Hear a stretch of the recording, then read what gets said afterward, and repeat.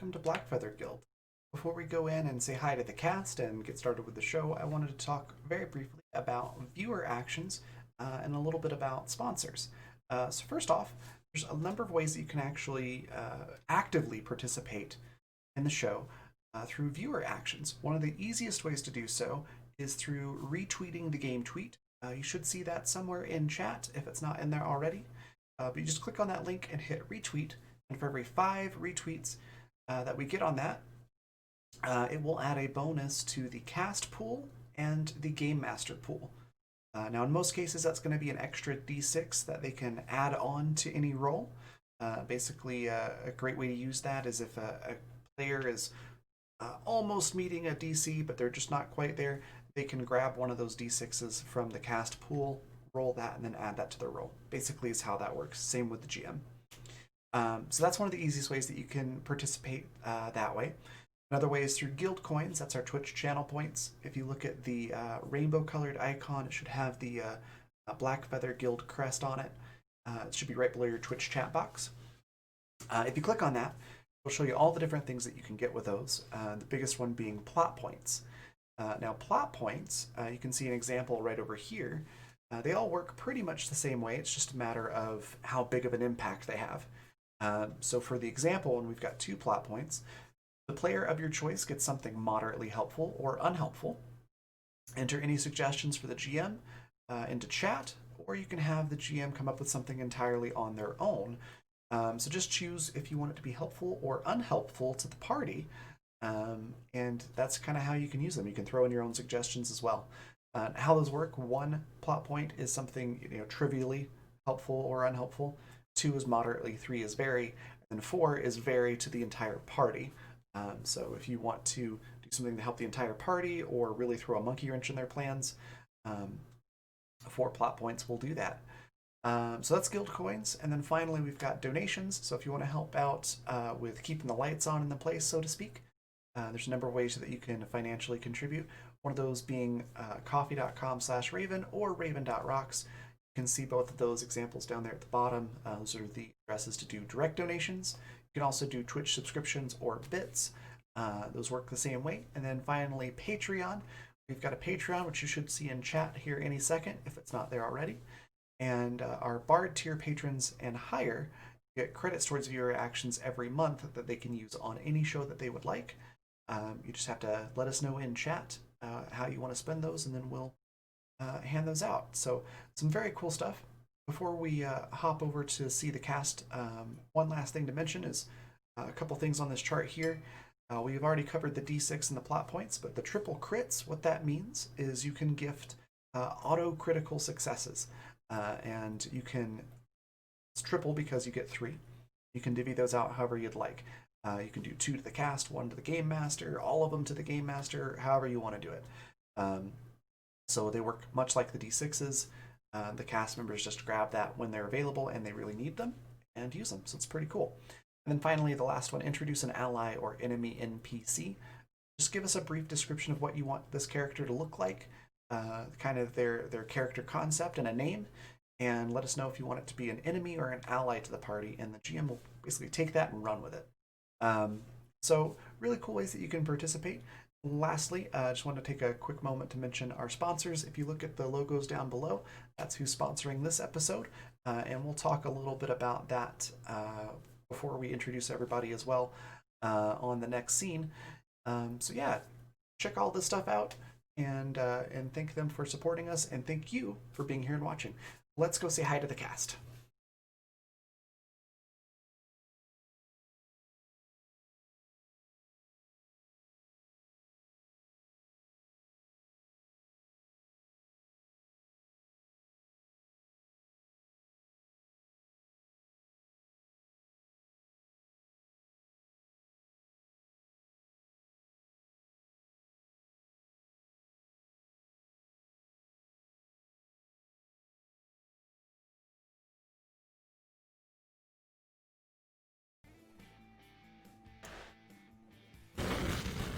Hello, welcome back, everybody. Welcome to our second episode of Hunters of Calamity 2.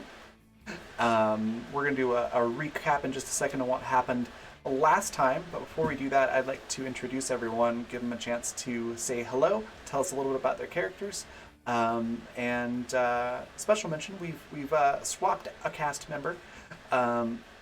So Nymeria just had some schedule conflicts that came up and wasn't able to continue going on with this campaign.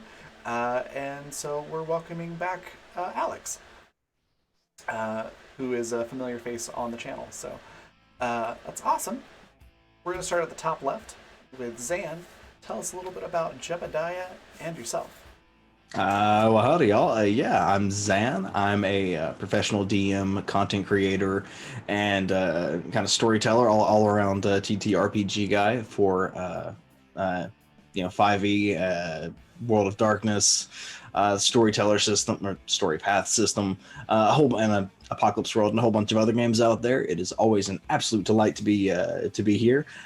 And today I'm going to be playing Jebediah Mason, who is a basically an intern for the Church of the Sleeveless Way, which is a cult that my character created in season, that an old character of mine created in season 1 last game. So still playing the same organization, but from a very different foot this time. He's basically just in it for the dental insurance.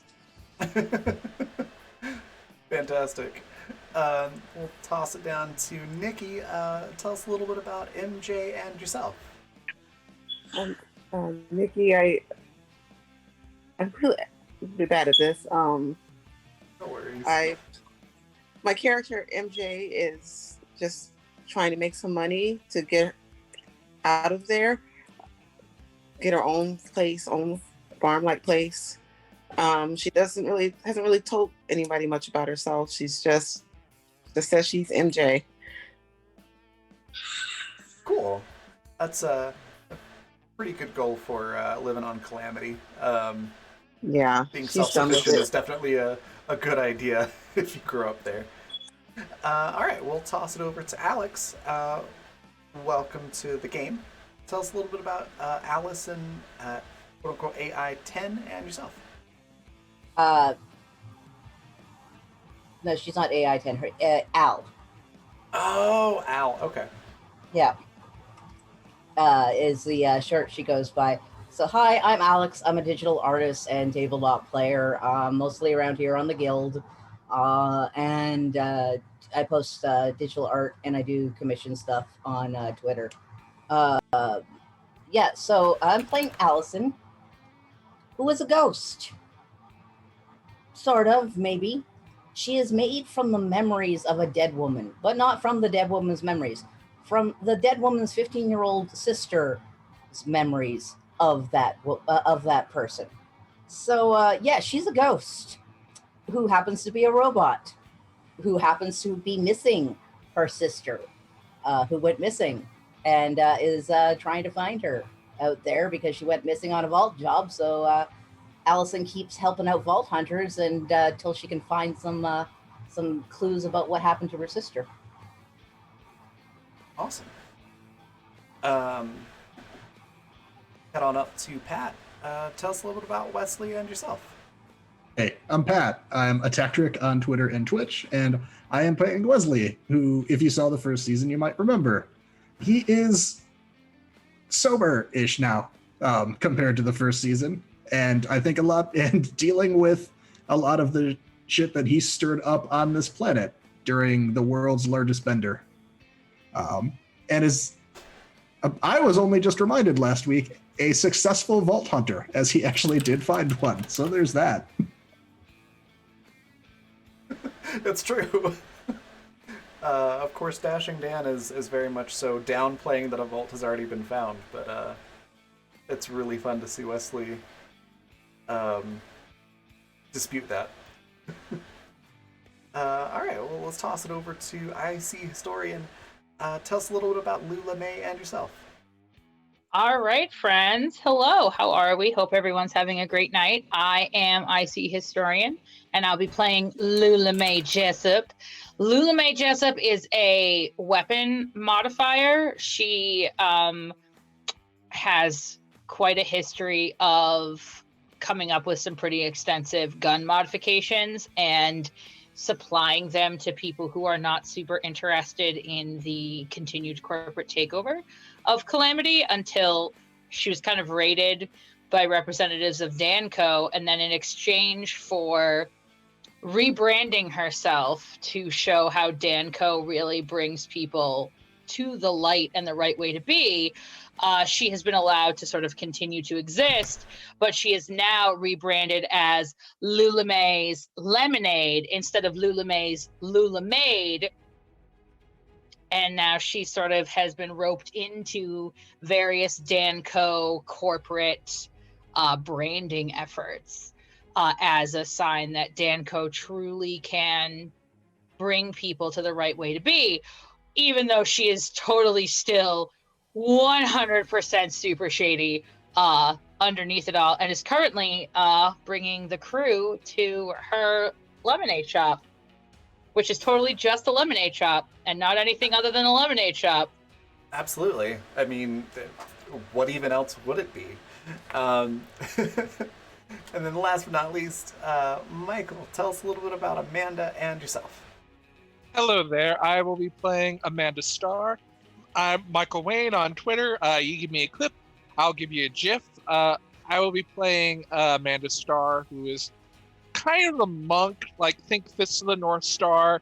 Her drop Goodwood, very kind of like very hand-to-hand combat that is hoping to find the person who smells of sunflower seeds and hopefully avoid drowsing Maggie. So that's good. All right. So yeah, last time on Hunters of Calamity 2, mostly an introductory episode. It was part of Session 0.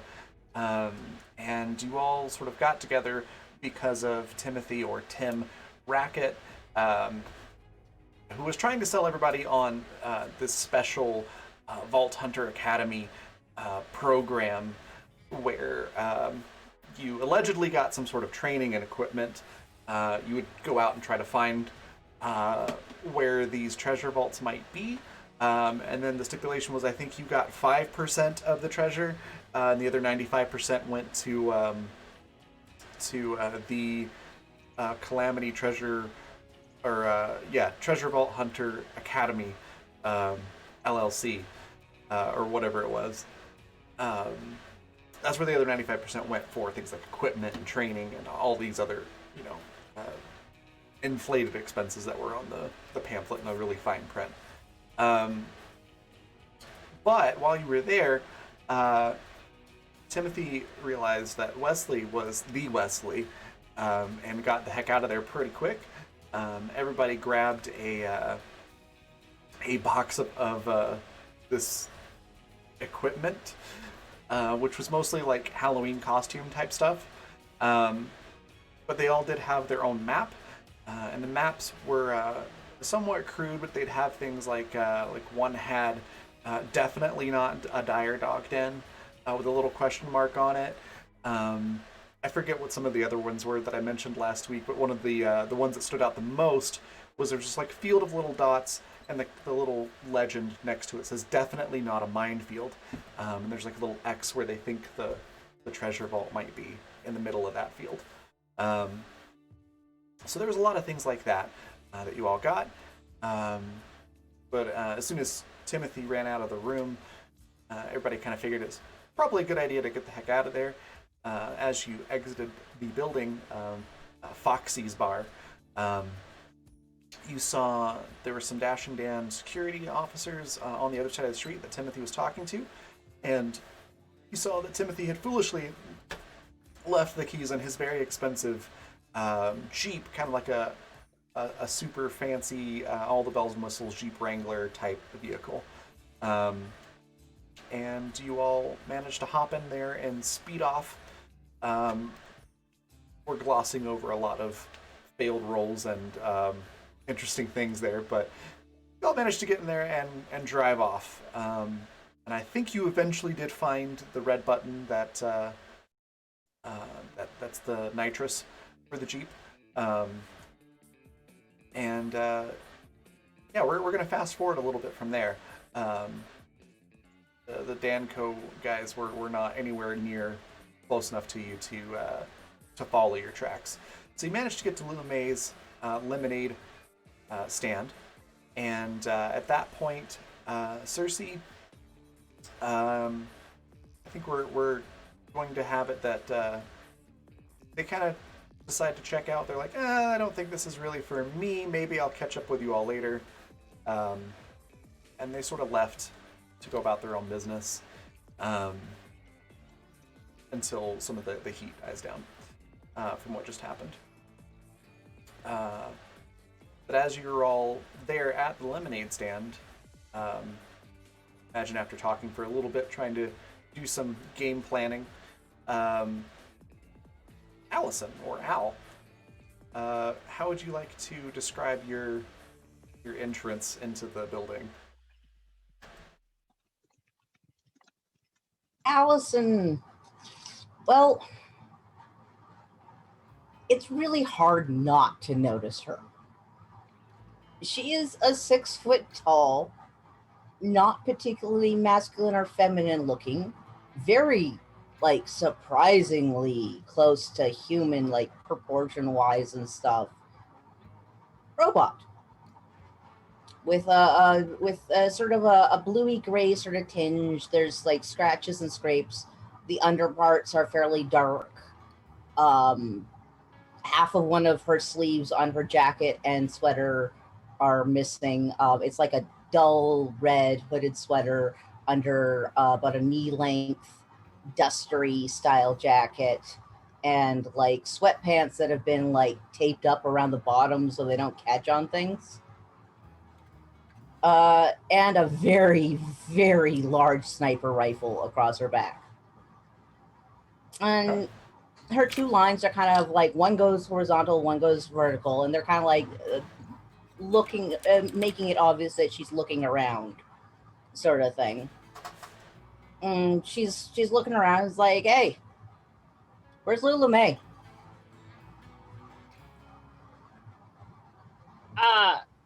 I think Lula May at that point would sort of look very surprised and make sure that her apron is the frilly lemonade apron side and not the utilikilt full of tools and tinkering stuff side. So Lula May would turn around and fix her like most charismatic smile on her face and say, well, right here, sugar, what can I do for you? Right, you're the team going after the vault. I'm sorry. I don't Timothy have just tried to hire me to drag your asses all back to him. Actually, more importantly, some guy named Wes. I don't give a shit. I like to help people find vaults. So I think that this like level of like I kind of don't give a shit would like really like work for Lula May. Like I think Lula May like really appreciates this, and she'd be like, well, darling, it looks like your powers of navigation are not at all rusted over. Why don't you come on back? And she like turns a knob and opens up a thing in the counter and brings Al to the back, still not like totally trusting Al, but realizing that like she's not gonna win in the lobby of the lemonade shop. But she might win in the basement where everyone is hanging out. She's gonna come down the stairs with a smile, and she's Allison follows behind her. She's gonna come downstairs with a big smile on her face, and kind of like make eye contact with like Wesley, because she kind of gets a feeling that like Wesley also kind of knows what's up, and she's gonna be like, "Well, friends, we have someone new with us, and I'm sorry, Shug, what did you say your name was?" You call me Al. Call me Al. All right, then. Well, you can call me Betty. Oh, just kidding. You can call me Lula May, because that's my name. Oh, I'm glad somebody made the reference. I'm glad somebody else got it too. Yeah. Oh, it's like- stuck in my head now. I gotta give like a description. So the basement, like it clearly is like a front, right? Where Oh, like yeah. where everyone is looks like a commercial kitchen, like what you would find in like a smoothie shop or something like that. But if you open anything, it is all tools and like little pieces of things and like little schematics. Like if you like were to come in and not know what Lula May is going to it give looks like Al a so many feelings about her sister because that's the same sort of way her sister is. yeah, but it's like 100% a front. Mm-hmm. It's like so obviously like she has changed not a bit at all. Okay. I think Jebediah is going to be kind of looking around and look at a blender that is not modded to be a blender necessarily, and go, excuse me, I don't think this is really up to code. I think the mandatory, I think you're above the legal torque maximum. If that's a thing, it is a thing. I don't know why I said if that's a thing. This is like exceeding commercial grade and getting really close to military grade. I'm gonna Yes, assume it is. you She's gonna have fix him. Oh, sorry. you have paperwork for this, right? She's gonna fix him with her best bless your heart smile. I don't know how many people have spent some time with bless your heart ladies. And she's gonna say, Shug, I don't need paperwork for my blender, okay? But don't you get too close for it, because those blades are sharp. No, I can see that. It looks like there's like 800 foot-pounds of torque. That's a lot. I Sounds don't. like a good time. I don't. Intern, would you Okay. like some help in calming down? No, that's fine. It's very simple. No, it's the mantras. I'm just gonna go back to my mantras.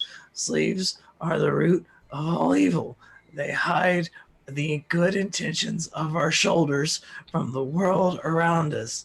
Tenet number 1, thou shalt be cool upon thy brethren. How are you ever going to follow that if you are never cool?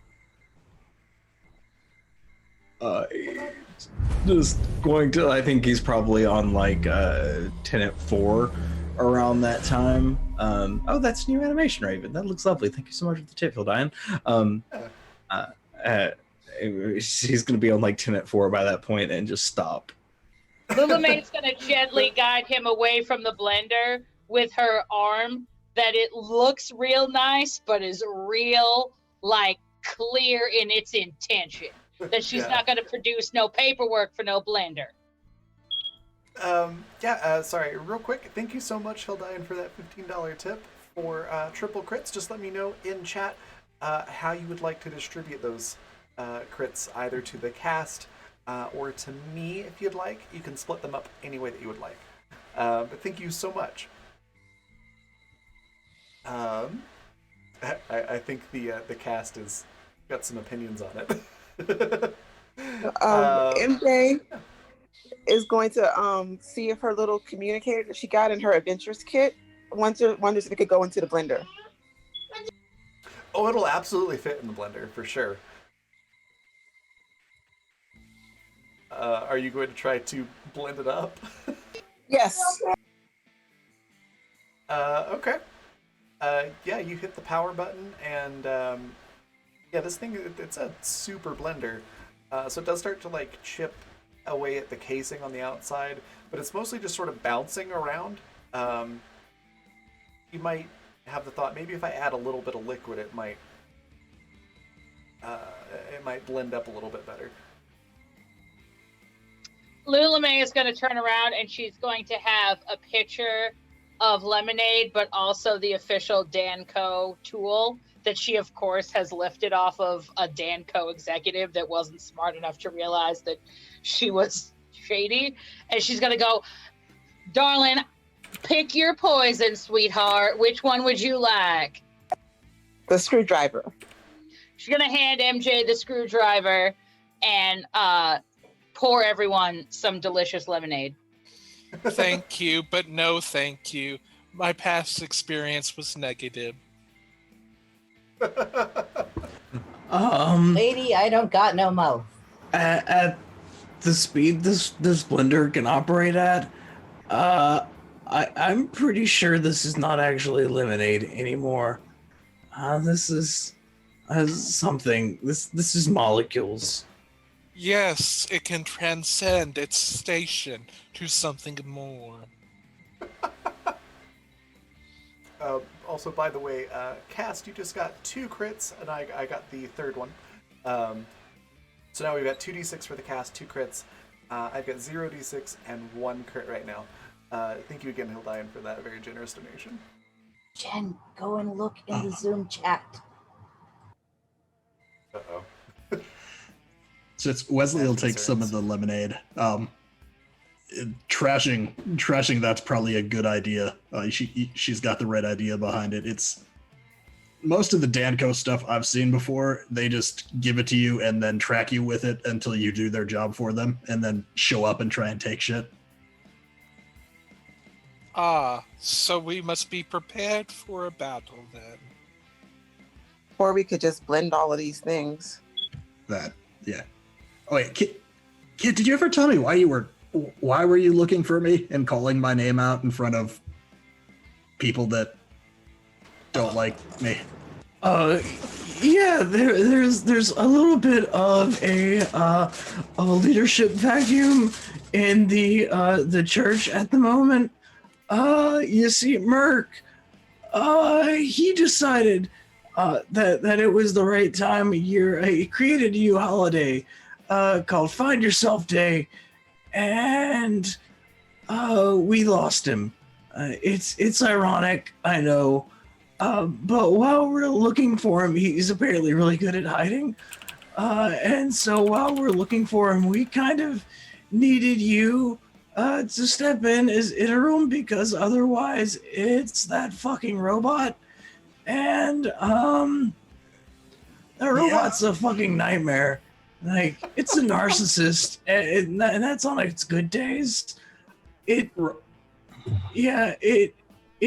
made me refill all of the, like, you know, on the toilets, the back end of it where it holds the water, like the water tank. It made me modify that so it holds pasta sauce. Have you tried turning it off and on again? It has spikes. That's solidly above my pay grade. What type of pasta sauce? It was a ragu. I think, I don't know. I'm not a cook. I'm a mechanic. Ragu's not a sauce. That's like a meal into itself. Well, see, you try telling that to a narcissistic robot that's killed a dragon. Two follow-up questions. Was it Merc is only finding himself? Did anybody else participate in Find Themself Day, or was it just a Merc vacation day? That's now stretched out. It was supposedly a Merc vacation day. He did take oh man, what was his name? He was the high regent. I think his name was Ted. He took Ted with him. Okay. As kind of a designated driver, like trip sitter thing. Mm-hmm. But we haven't heard from Ted either. So I mean, Sleeve Saya is by divine law the next one in charge. Are you proposing? I'm not interested in a coup. Oh, That it's sounds like seniority. a lot of trouble. It's seniority at this point. He's just a. He has nice things. It had nice things to say about you, and it's a nightmare. So, we figured this was the great time for a divine spiritual pilgrimage, and so we came to find you. So you promise me that if I go with you, that fucking robot isn't gonna just smack me in the face with that like big exploding mace of his that like liquefies people. No, For church it's a little leader. embarrassing. He's retired that, and it's a holy relic that we're required to kiss 12 times a day. But no, it wields a plunger now. Okay, that's a lot of new rules. Yeah, things are getting a little out of hand without Merc, and we just really need a grounding presence. Well, I don't know what everyone else's plans are. If you actually want to hunt a vault, our church found the first one, and if we get this cult under control, can utilize them to do so again. We're not great financially. We did kind of bankrupt ourselves creating your holy sanctum. Sorry, I have a holy sanctum. Yeah, it's a giant jello pit filled with jelligators. We paid for those things? Wouldn't I have just made those things? Well, you weren't Ignoring there. that. Ignored. Why did you make it? We just wanted you to. It was supposed to be an incentive for you to come back. We were preparing for your return. Prodigal son. So I guess. I don't know. I joined for the dental. I don't know these things. It's just what I hear from the newsletters. Okay. So got to get the cult under control and then find a vault to buy our way out of debt. Got it. Nothing new there. Yeah. Is anyone else here interested in a vault and or religion? I am already having a religion. I have the way of the middle, but I am in search of I'm the just person here to that's... help people find vaults. I'm just here to make some money and get my own place. I am searching for the person that smells of sunflower seeds. All right. I just never want to see Tim Rackett with a smile on his face ever again. All right. Those are all workable. In terms of finding a vault, as that meeting broke down, our church is really the only organization on the planet that's found one so far.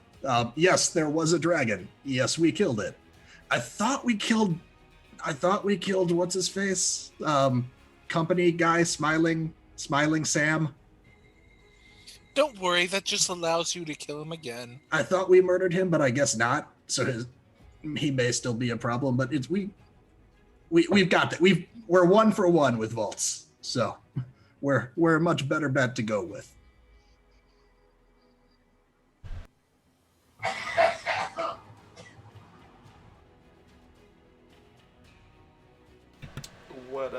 What are people's thoughts on that? If that leads to the person that smells of sunflower seeds, I am for it.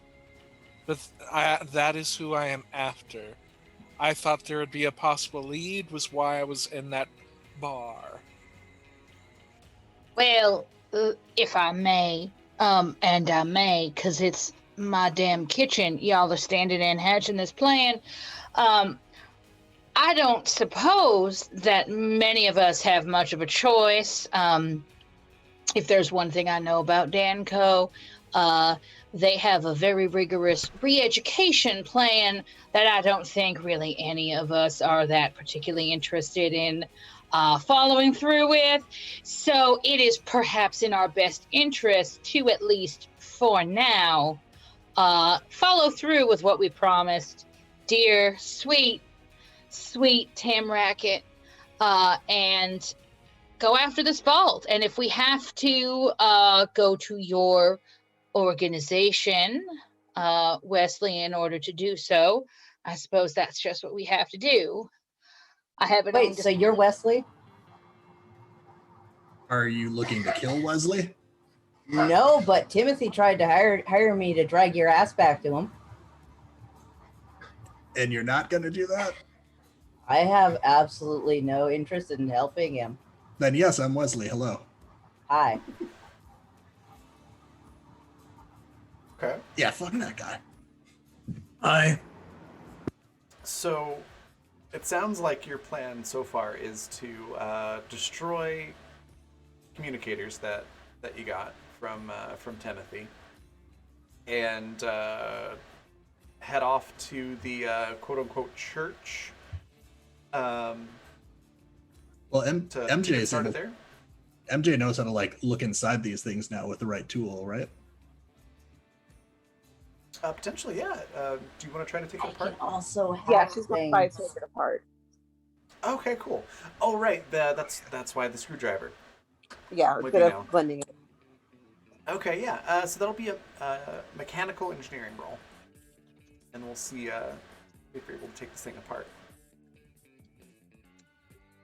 Allison's gonna move towards that direction and kind of lean over MJ and be like, "What you trying to do?"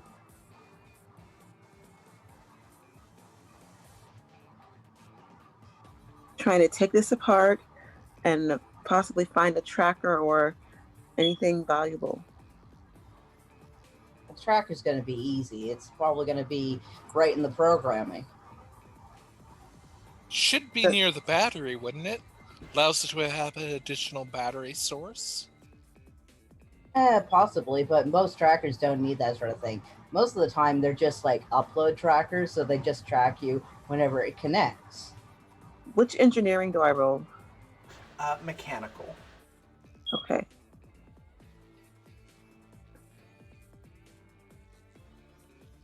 General Did I rule get- of thumb is if it's a physical thing you're interacting with or taking apart or putting together, it's mechanical, and if it's electronic, like programming, then it's going to be technical. Okay. Usually, that's how that'll work. Sometimes there's some overlap. Uh-oh. Okay. Well, she's looking at the insides of it, or however well she was able to take it apart with the screwdriver. Yeah. And then if you're looking at the character sheet, it'll be engineering : I will. mechanical. It's about halfway down. I got 17. 17. Okay. Yeah, that's enough to take this thing apart. So you're able to take the casing apart, and you can see on the inside, it's actually a pretty elegant design. It's very modular, so each major component of the communicator is sort of in its own little box, essentially. So you see where the battery is, and it takes up about the entire back of this communicator.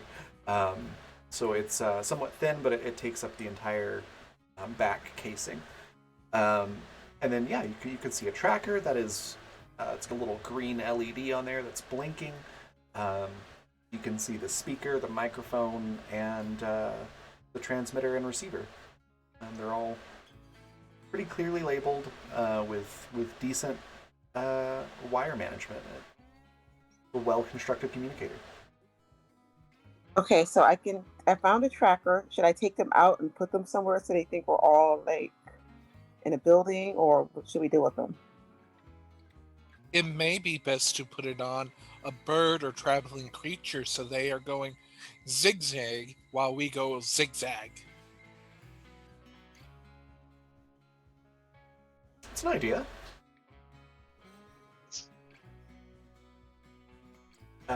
What does everybody else think? Lula May kind of gets a devious little smile and says, or, well, I think Ms. Amanda here, darling, is on to something. Very nice. We take them with us for a little while and then leave them somewhere very inconvenient so that our friends have a nice little trip. Ooh, Um, not minefield would be a good location. In the book of the Bandit Takeover, chapter 1, verse 7, it says, and then Merc used a catapult to throw his enemies off the trail. I think we maybe could do that with the trackers too. Lula May nods and smiles, realizing that they're probably listening now, but that the vault is more valuable than like coming and arresting these people. So she kind of keeps that devious smile kind of on her face and leans down to the communicator with her name on it and says, "Did you hear that, Timmy? We're going to go on a little trip to find your vault. Oh, and by the way, if you're going to keep along the sleeveless path, maybe stop skipping arm day." And she's going to like hit it with a hammer. It like doesn't do anything, but it just makes a really uncomfortable noise on Tim's end. It may be more advised. May I please after that? Well, don't we all have one? Yeah, everybody has. Amanda does one. not. She only has the map and some ration. MJ has the rest of the. Because MJ said they would keep it for safe handling. Oh, Okay. Allison never got any of that stuff. You Yeah. just got Circe's. They actually aren't labeled like named. They're just like pre-boxed up. So there are currently 6 communicators present. Five now, as one's been smashed with a hammer. I might have a solution. May I have one of those, please? If we can block the communicate. I mean, yeah, I don't have one for you, but if we want some, like, maybe annoy him a little bit and block the communications, I have something that could maybe do that. If we're interested, no pressure or anything. Okay, Amanda, imagine all the boxes are sort of together. You could grab one out of there that's not being currently used. She grabs one and probably probably goes in there, tries to do like a little software tinkering. So whoever's listening on, they just get a blaring static the entire time. They can't actually understand anything. Okay. I don't think there'd be any way to interface with it for the programming side, unless you have like a tablet computer or something like that. No, like I'm thinking just it's more of like it's one of those things where you just get the batteries you could get because it's sending out a signal. So if you change the output for how it's changing, the audio wouldn't be received. It'd just be static. I gotcha. Yeah, you could try to do that with mechanical engineering. Okay. And I'm just going to assume you borrow a screwdriver from... Allison grabs one of the communicators and heads off to the side, pushes on one of her ears, pops it out, and a spool of cables come out, and she figures out which one works right for it. She's going to reprogram it. So, A, it shows her location as being on the other side of the planet. B, it broadcasts baby shark do do do do do do baby shark do do do do do. Evil. All right, we'll come to that in a second. So Amanda, with a 24, yeah, you're absolutely able to. They're not too complicated of a machine, so a 24 is really good for this. You're able to set it up. You're basically just wanting to send out like a interference sound. Roughly like the receiver for all of ours will just be like they can only hear static, but since we had something, if you don't mind adding, it'll just be the tune to the shark, so that way we can combine the idea. So it's like a static to that beat, so it's like very annoying to them.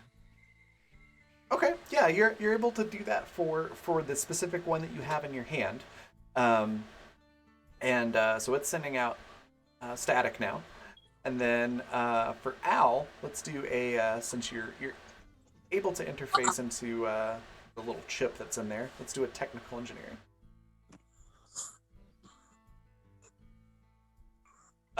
You try to program it to do the things that you mentioned. Would you like to add a D6 to that? Yes. Okay.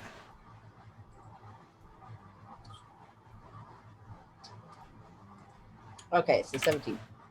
Oh, 17, wait, can I okay. also add my hacking tools? Yeah, that would apply. So that would be plus 2. So add 2 So on top 19? of that. 19. 19? Okay. Yeah. Again, this is not a super complicated piece of technology, so an easy roll is about all you really need to do some basic stuff. Um, so with a 19, um, you're definitely able to do Baby Shark, but it's like those old DOS computers, so it's like very 8-bit, high Mm-hmm. pitched sound. Um, Mm-hmm. so even more annoying, and you're not quite able to make it show you're on the other side of the planet, but um, you sort of confuse the directions. So when it shows you're going uh, north, you're actually going south, and vice versa. Gotcha. Um, so not quite as far of a throwing them off the trail, but it is still pretty significant. Um, all right, so we've got one broadcasting static, one broadcasting 8-bit Baby Shark. Um, MJ, what did you want to do with yours? Now that you've got it open. Um,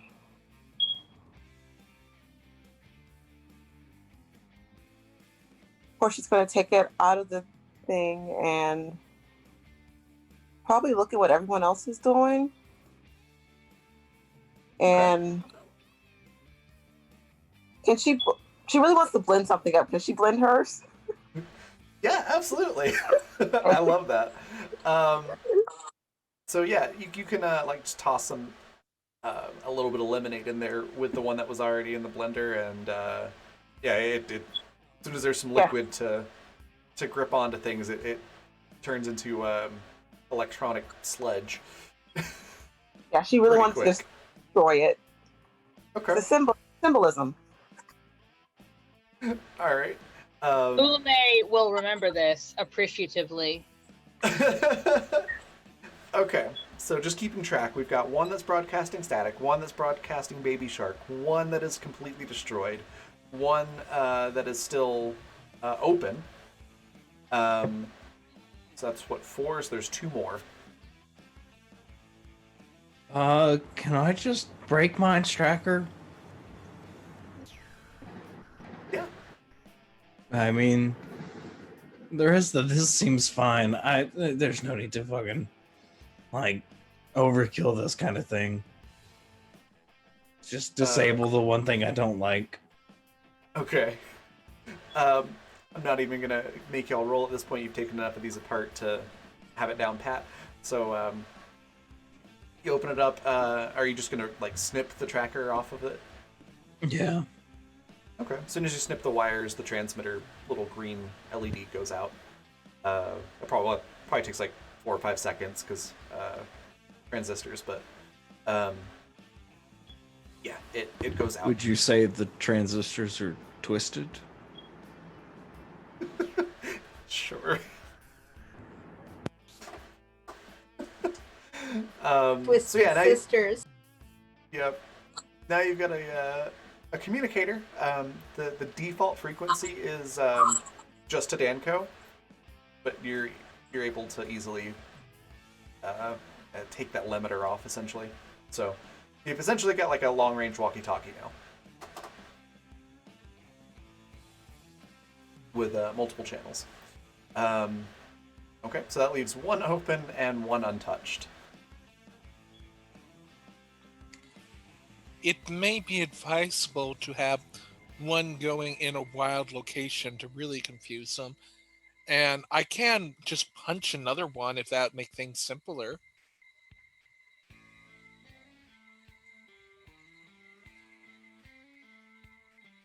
Well, I haven't done anything with mine yet. Mine It's, is not going in any direction they want it to. Why don't we? Can you take the tracker out of mine too? We'll hold on to a pair of them just to use as communication between us if we need it. You're sure you want me to have the honor of interfering with your tracker, Sir Wesley? I mean, you just did it to yours, right? Yeah, but Amanda Oh. slaps him on the back and says, "You got this. Just do it." oh, what an honor! And yeah, he'll do it. Very shakily though. Okay. Yeah, again, I'm not going to worry about a roll for that. You've done this enough that you just automatically succeed. So you've got, again, trying to keep track of everything. 2 working long-range walkie-talkies without trackers. You've got one of these is still left open. One of them has been destroyed. One of them is broadcasting Baby Shark and showing the wrong information on the tracker. And one of them is just broadcasting static, and that tracker is still functioning normally. Is there anything else you want to do with these before you head out? Lulamay's gonna scoop all of the like little bits and bobs and like little bits of wire to like a small bag and like put them in one of the pockets of her utilikilt. Just in case, waste not, want not, y'all. These are hard times we're about to have. We never know, we may need these. Perfect. I will assist and create more parts. And the one that Amanda had just had static through it, she's going to throw it up and then just punch it, hopefully just breaking it in half. So that Lulamay has more parts to work with. Okay. Let's do a melee attack roll. Just to see how effective your punch is. Okay, I forget. Is that melee or the actual punch itself? So on your character sheet, it should be under training type melee. Oh, okay. Yeah. And then you just hit the little die next to where it says bonus to hit. Perfect 20. Yep. It's obviously has no defense. So you're able to hit it pretty well. And it shatters into a bunch of little pieces. And Amanda just scoops it up to add into the bag. Okay. There's still some salvageable stuff from it, but it's mostly just bits of plastic and metal now. And the battery probably is okay. But it's no longer broadcasting, and it's no longer doing like the GPS thing. Okay, with all of that said and done, what's your plan from here? You've got a bunch of maps which have possible locations. You've also got the not occult, quote unquote, Church of the Sleeveless Way location that Jebediah knows. Do we also still have the Jeep? Yeah, surprisingly, Or do we have the to Jeep lose is... it? Okay. No, surprisingly, the Jeep is in one piece and completely unharmed, which is unheard of in this game. Yeah. A literal imagine- record. I imagine like Lulamay's, like the lemonade shop has a loading dock, which is really just like a garage bay, like a hidden garage bay door that you could like drive into. I'm wondering, you said it was Danco branded last time. Mm-hmm. Perhaps like we should give that puppy a quick paint job. Yeah, that's Before a good we idea. go. If we're going to have a vehicle. I don't really feel like, I mean, we're going to broadcast pretty quickly that we're just, here to fuck with Tim Rackett. But like, I don't know if we need to broadcast to everybody. You know what I'm saying? We should perhaps do something else. So I think she's going to take out like a Lulamay's lemonade, like swag kit for like advertisers, and it's one of those obnoxious like car wraps you see on like Humvees for like energy drinks. You know what I mean? I know exactly like what you're talking about. She's gonna say, I just happen to have this right here. I mean, we don't have to use it if we don't want to, if y'all have something better, but it is right here. And it's like her face, like with like a big, like a tray of lemonade looking like, 15 pounds lighter and 5 years younger, like that type of a deal. Of course. That sounds like a good idea. I will, if you do not mind, I can alter the software side so that it appears to have only been owned by you. How much are you paying us for advertisement? Darling, I don't think you've quite caught on this. This lemonade business is probably toast. This is more just, you know how you get the injury, right? It's like an injury cupcake. Now, sweetheart, we are just adding the insult frosting. You get what I'm saying? So you're This pissing in is- this lemonade. Oh, girl, you have no idea. I've been doing it for years. Has not yet found out. Is it blueberry flavored? I She don't kinda think they looks at put him. blueberries in lemonade. No, the frosting. No, it's the blueberry frosting. Why would you have blueberry frosting when you have lemonade? Actually, Like, you blueberry could use frosting on a lemon. lemonade cupcake sounds delicious. So, weird question, but has this guy been hit on the head?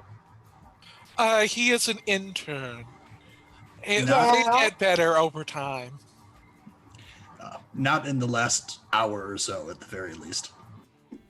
No, I actually have a certificate that says I don't have donkey brains. So I don't see any of you with that certificate. I see, and you believe that certificate, do you? Well, it's Well, official. I can put that to a that test, explains then. everything about you. Okay, I understand you. Thank you. Yes, I agree. That's interns for you. Who gave you that certificate? One of the psychiatrists at the church. I do not think they were fully accredited. Wesley, on the other hand, seems to be accredited. I'm not so such about the rest of the church.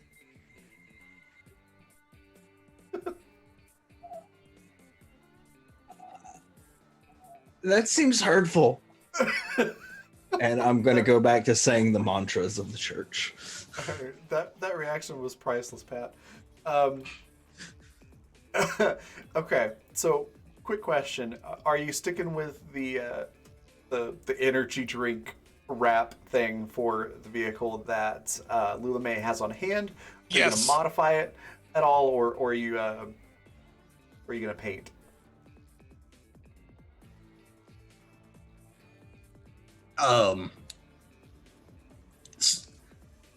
Two things. One, Okay. if Calamity's taught me anything, it's don't get too attached to any of your vehicles. So just don't name it or anything like that. Two, if we're gonna swing by the church at some point, to utilize the resources there, are we able to like airbrush the image just to take the sleeves off? Because I feel like that'll save us some time in the long run. So Lula May turns to you and looks very offended in her very clearly sleeveless dress. Okay. She says, "My good sir, these shoulders have not seen a scrap of cloth in nigh on half a decade, and I will not have you besmirch my good name in my very much a lemonade shop." wow, Okay. half a decade. You're higher ranked than me. Oh, yeah. They're gonna love you. Wesley, sir. Not to be rude, but I've heard legends about a list. Is the list a real thing? Wesley pulls out of his pocket like just like a few sheets of crumpled paper, which are like all of the notes he's taken from like the last year on this planet. Look like they were drawn in crayon or blood sometimes. There are several of the tenets that Jebediah has been chanting on there, as well as there is a list titled "People That Hurt the Car." Oh no! Everybody, be careful! He's got the list. Oh, please, sir! I was only asking a question. I don't remember writing most of this. Please don't put me on the list, sir. You're gonna be fine. It's May I? sure. I can tell you Thank for you. sure some of the names that are on there because I remember. Okay. One was the King Pig. Barks, I know, was on the list. I've actually still got the list. Do you? That's It's- amazing. Yes. So King Pig is on there, but it's crossed out a bunch of times. It's like Swine Sultan or like Porcine Prince, and eventually you get to Pig King. One is just Mechanic Guy. That's what I was gonna say next. Like there's snipers on there, and then there's OK list. There's something about a burrito truck, and that's the gist of that. Yeah, they were our real estate agents. Yes. Yep. Also Daryl, who apparently would not give crazy straws. Yeah, that's right. Yeah, I don't think we're gonna have to worry about this list, kid. It's I know. I'm just curious because I know a Daryl, same problem. Mhm. Thank you very much. And I hands love back the idea of a list. cult with a real estate agent. Like, Yeah. what certification test does that require? Right? It So- requires your 1094. So he wasn't in the cult. I think it's all very hazy. Technically, we're a 401c. It's We're a nonprofit organization. I mean, technically. I think this person's on the okay list because they offered to sell us real estate and still served us tacos and burritos after we burnt down the Barks headquarters directly in front of them. Which, if anyone asks you, I was not involved in burning down the Barks headquarters. I don't Fair. mean that. Sir, No, that's one of your greatest exploits. Okay. So I will agree with you. If we meet a Daryl, I will certainly punch him. Right. So, again, you're welcome to keep these whatever you want with them. We don't need to. We'll see how after we get to the church, we'll see if anyone wants to hear about any of this. But I think we're just boring folks right now. Sir, did you say I could keep the list? Yes. Oh. Sir, this promotes me 2 ranks within the cult, or within the organization. Are you sure? Is there like a new edition of rules that I'm missing? Yeah. I'm missing out on a lot of terms here. I feel like you're going to be an intern until Wesley says otherwise. Well, there was in the chapter of the Boomerang, there were the CEOs that left, but they've now returned and they've implemented a new organizational structure. And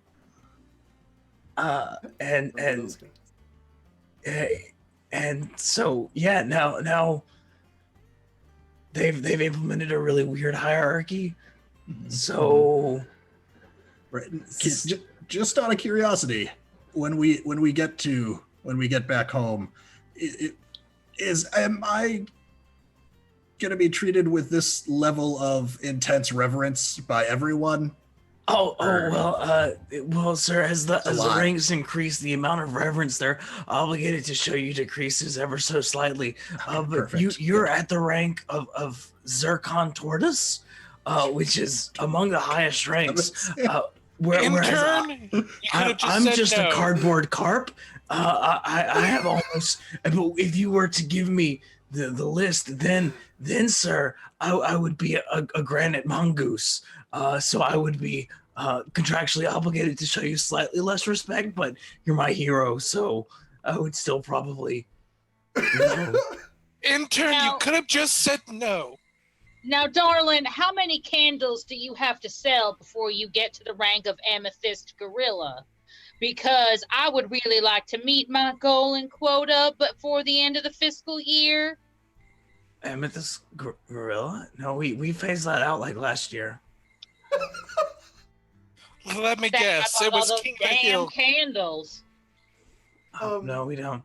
We don't sell candles. So, not to interrupt this very important conversation that's happening, but someone should. I feel like. Who would like to roll art to apply the wrap onto the car, which was the original task? Amanda will go on the software side, not the physical, like making sure like it's operational and all says it's for Lula May as the technical owner on there rather than anyone else. Yeah, it like there's no it's pretty low tech stuff. So like there's a paper registration in the car, but really all you got to do to change make sure nobody knows who really owns it is just like scratch off the VIN number and I do that. Swap the license plates. You're able to do that no problem. Yeah, I only have a 2 in art. Yeah, I have a 1. So I've got a -5. I took the crass challenge, so Nice. -5 in all things presence. So Lula May looks like it's you. All right, so question. Charismatic is one of my assets, Mm-hmm. and art is presence. Does that actually track, or am I being a little too? Am I playing fast and loose here? Um, Mechanically, that is correct. It doesn't always make sense. It depends on what kind of art you're going with, like logically. So, like if you're being a stand-up comedian, then that makes a lot of sense. But if you're Okay, all painting right, hear something, you. logically it makes less sense, but mechanically it still works. So yes, you can do Okay. that. So if I get like a really bad roll, I might be able to get the next one. Yeah. All right, we'll go.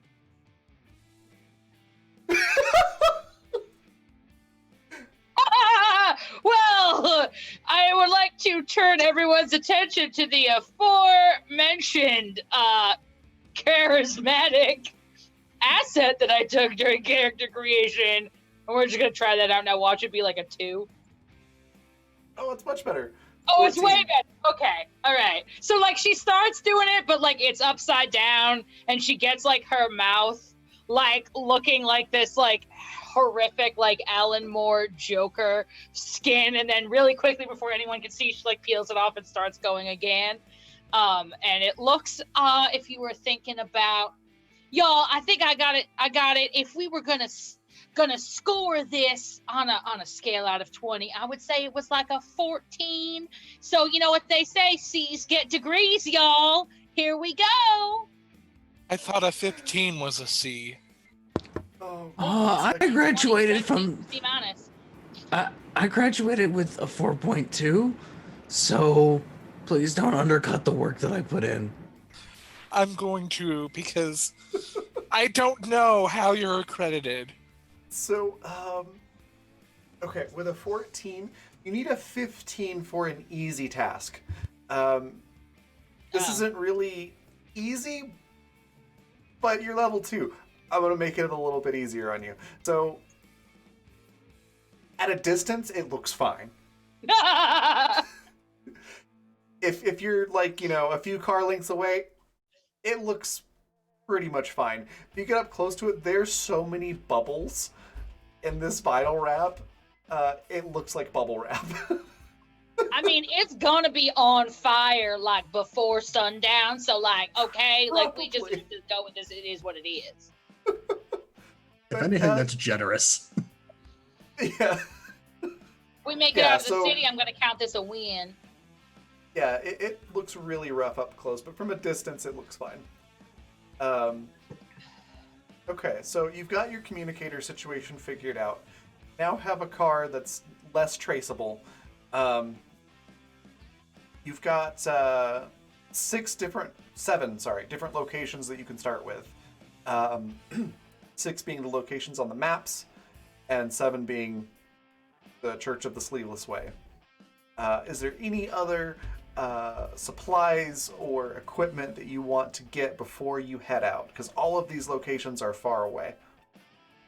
I think Lula May would get out like a good sized duffel bag that she has modified. Like Lula May is a girl who likes her compartments, right? She's very well organized. Like the utilikilt is all pockets. So if you open up this duffel bag, there's like all these things in it, and it's got like there's like a couple of like different scopes and like a couple of different things that she would use to add to weapons, and she is going to take open up what looks like it should be a refrigerator, and she's gonna pull out like a false back, and all these like lemons are gonna like go all over the floor, and she's gonna pull out a false back, and she's gonna say, "Hey Al, you want some more?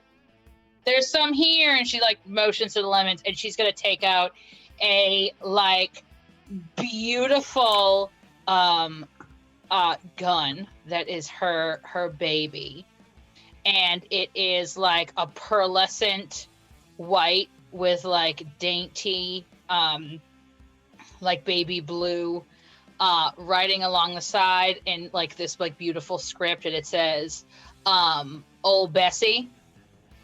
Nice. And that is her rifle, and she's gonna put it in the duffel bag and like take a couple of tools, and she's gonna take like a travel cooler of lemonade for the road.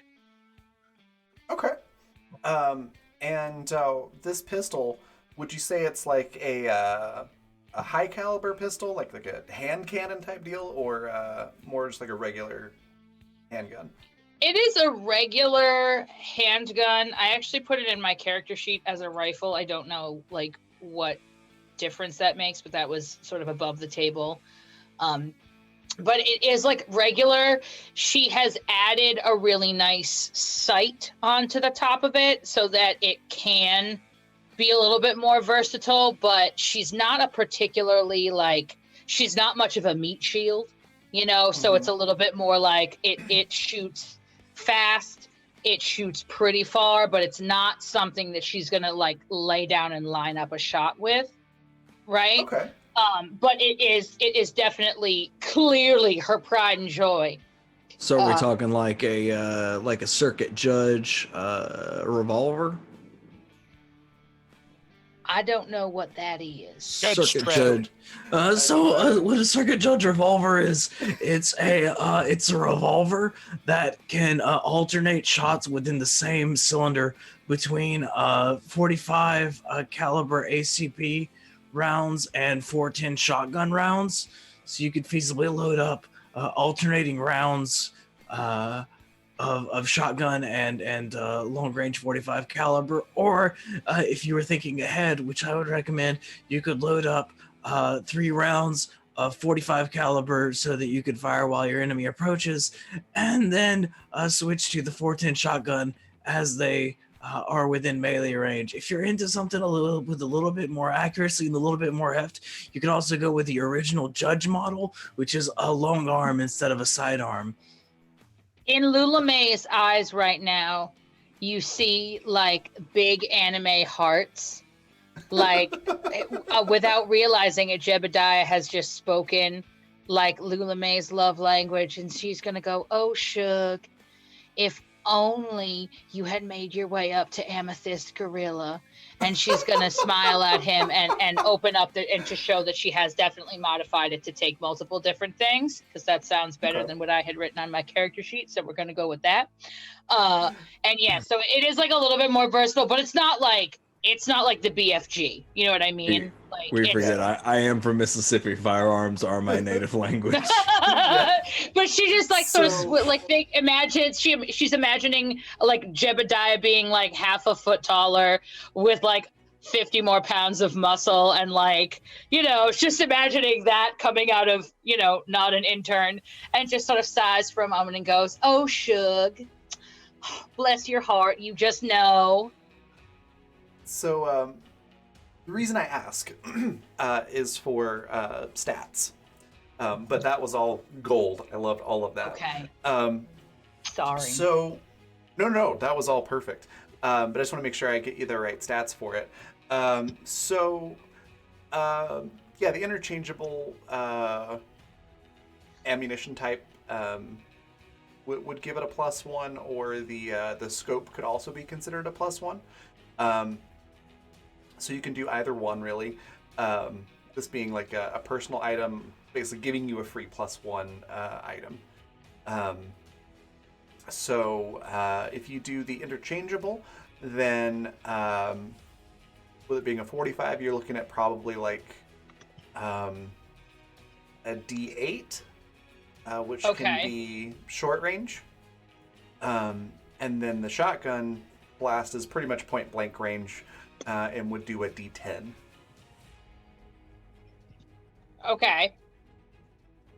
And since we're doing theater of the mind, like, you don't need to worry about like it's exactly this many feet or anything like that. Just like if you're relatively close, short range, you can use the 45, and then if it's like they're right up in your face, then you can use the shotgun. Okay. So that it would give me in my thing a +1.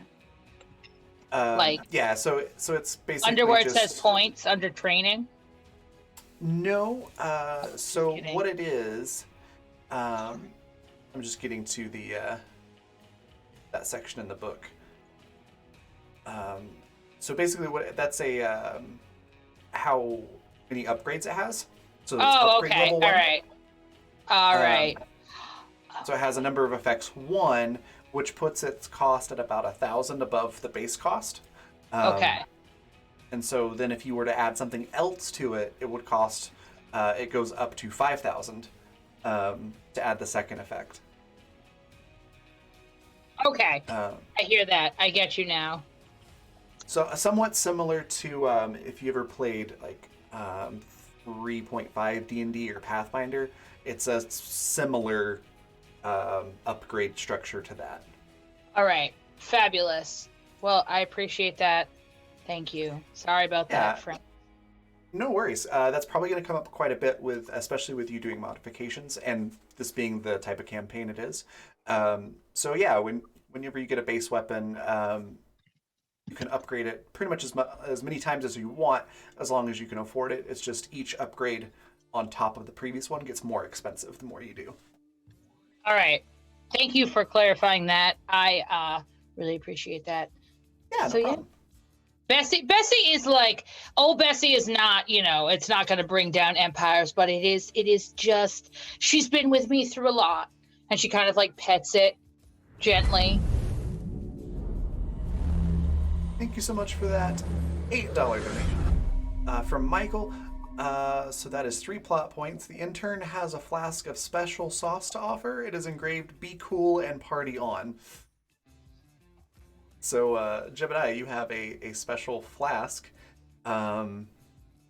with whatever edible liquid you would like it to have in it, and it will do a special thing. And okay, is the flask what says "Be cool and party on," or is that Yes. okay? It's engraved with that. Man, I think it's gonna have to be really poor quality kuramashi whiskey. Okay. Um, We'll say when you give somebody this, we'll say it's got 10 ounces in there. And anytime somebody drinks 1 ounce, cleverness and presence get a -3, but toughness and stamina get a +3 for like an hour. okay, that sounds fair. So yeah, be sure to write that down because I know I will not remember that next week. Yeah, no special whiskey. Gotcha. So yeah, for 1 hour, get +3 to toughness and stamina, but lose 3 to cleverness and presence. Yeah. No, that actually fits really well with some underlying currents I've got in the character sheet. So that's a super good pun too, for currents with an electrician. Yeah, no, I gotcha. Perfect. Okay. With that, I think this is actually a pretty decent spot for a break, and that'll give everybody else a chance to be thinking about a special item that you would like to have. Jebediah, you also get another one, like a weapon, since the flask was from a plot point donation. So you can all have like one personal item that's got one upgrade on it, whatever you want.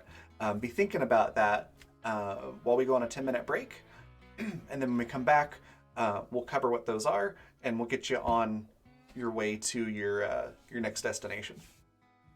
So for everybody else that's watching, thank you so much for hanging out with us. Go take a chance to stretch your legs, grab a snack or a drink, and then we'll be right back here in about 10 minutes, and we'll keep going. Be right back.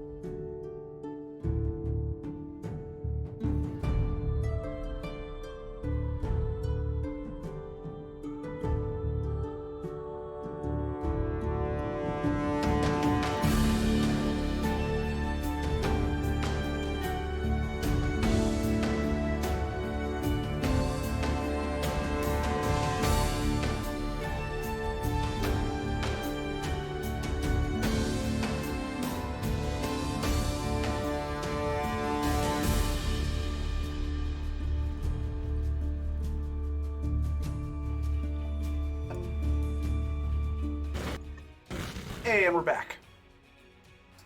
So, Lula May has got her handgun. Jebediah, you've got the flask now, thanks to the plot points. What other item would you like as your special equipment? I'd like a welding torch, if that's okay. Sure. Anything special about this welding torch? Um,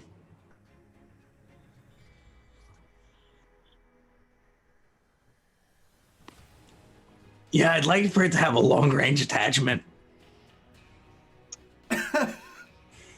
A long range attachment? You know, sometimes those wires are a little bit dangerous, and you know, they're a little jumpy. So sometimes you gotta weld from like 5 to 10 feet away. Okay. Yeah. A 5 to 10 foot extension on the blowtorch, I'm okay with. So yeah, it'll be a +1 blowtorch that has extended range, and we'll say that's a D6 weapon damage. Oh, will that also influence my in my character sheet? I have training in tools, electrician. Would that also work as things for that? Yes, it would work for skill rolls. Wouldn't work Okay. on attacks, but it would work for skills. Okay, cool. So the +1 is only for skills, not for attacks. Well, the +1 just denotes that it is upgrade level 1. It Okay. has 1 upgrade to it. Okay. But yeah, if you're using that would count under electrician tools, and so if you're using that blowtorch to do an electrician thing, then you can get your training and tools added to. I mean, electrician felt like the most generic thing. I didn't know a more I didn't know a better category to put that in under tools. No, that fits perfect. Okay, cool. Okay. Then Pat, what would you like as your personal item for a weapon or other piece of gear? So I mean, we have that flaming chainsaw, but I feel like I would have lost that at some point between seasons. Okay. But I do want something melee-y. And I'm Okay. open to suggestions. Essentially. Do you want comical or do you want serious? Because I can give you one for both. Probably more serious. Okay, for that you probably would want a good thick rebar that roughly like you could bash in a head and it still would be there. You know, I thought of something. We found these like axes made of bones and shit at the end of last season. Maybe I between losing the chainsaw, I could have gotten one of those modified to do something cool. Sure. So you want like a bone axe that does what upgrade would you like? And it can be logical or it could be magical, especially since it's the bone weapon from the vault.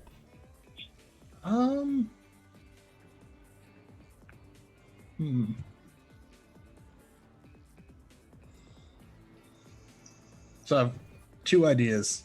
We could either electrify it, or it could like has a chain that lets you like fling the axe head out, like almost like launch from it.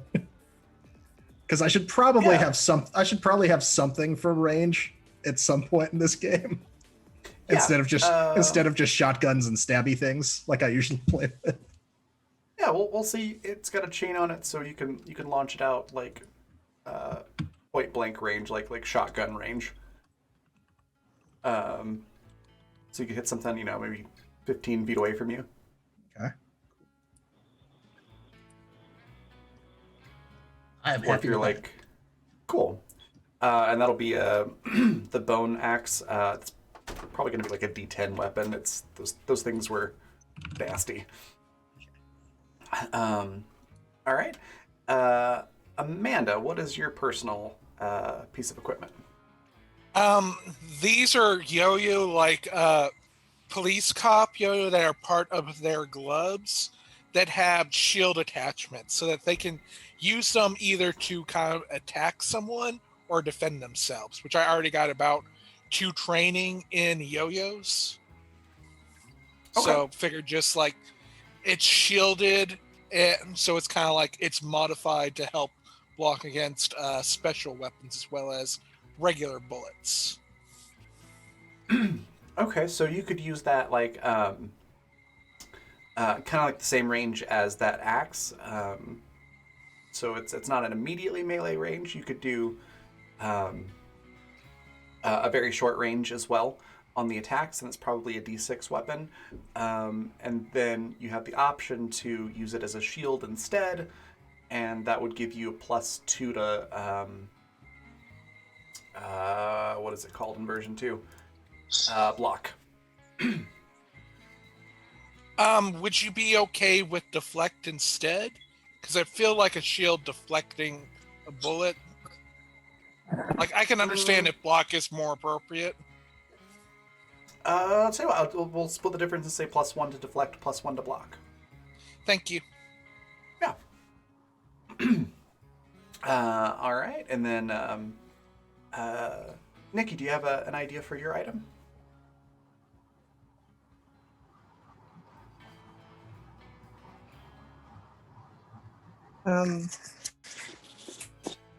We're talking to me. Sorry.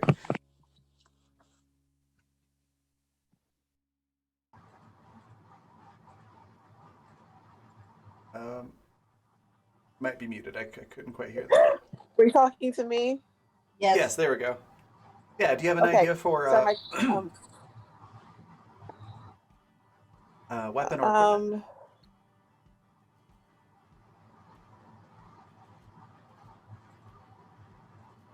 well, I was thinking like what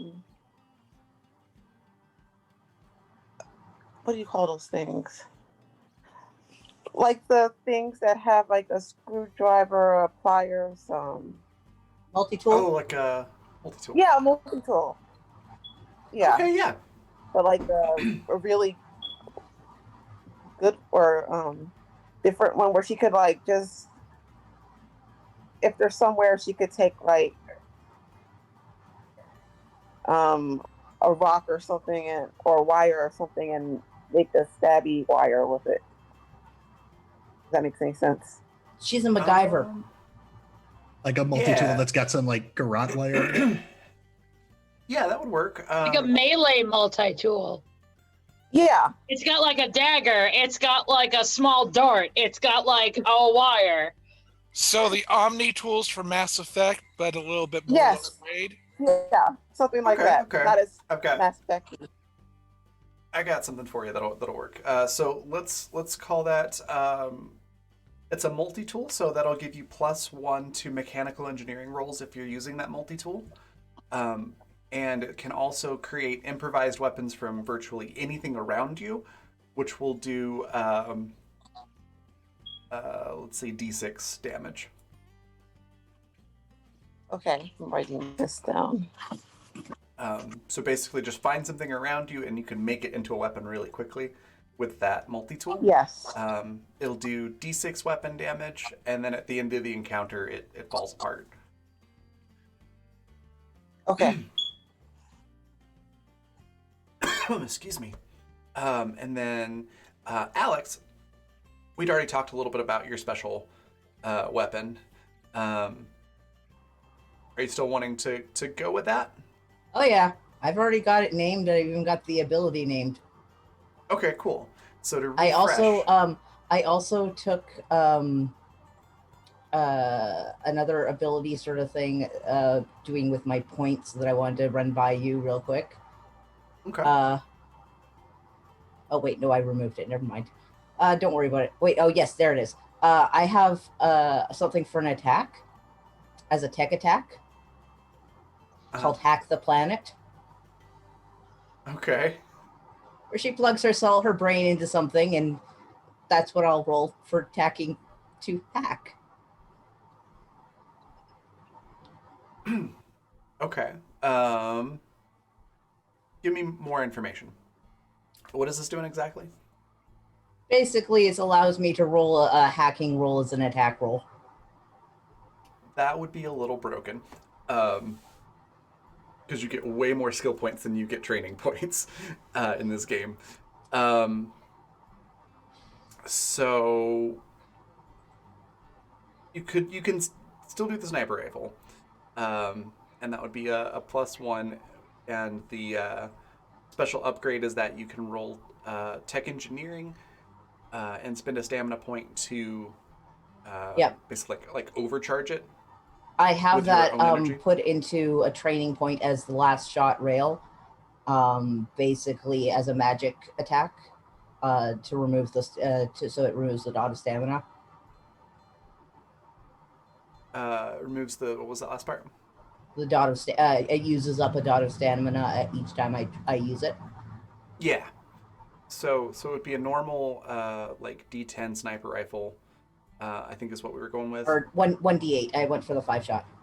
Okay, so 5-shot sniper rifle does D8 weapon damage, and then you have the option to spend a stamina point, roll tech engineering, and then on a successful check there, and of course depending on how successful it is, it will up the amount Gotcha. of damage.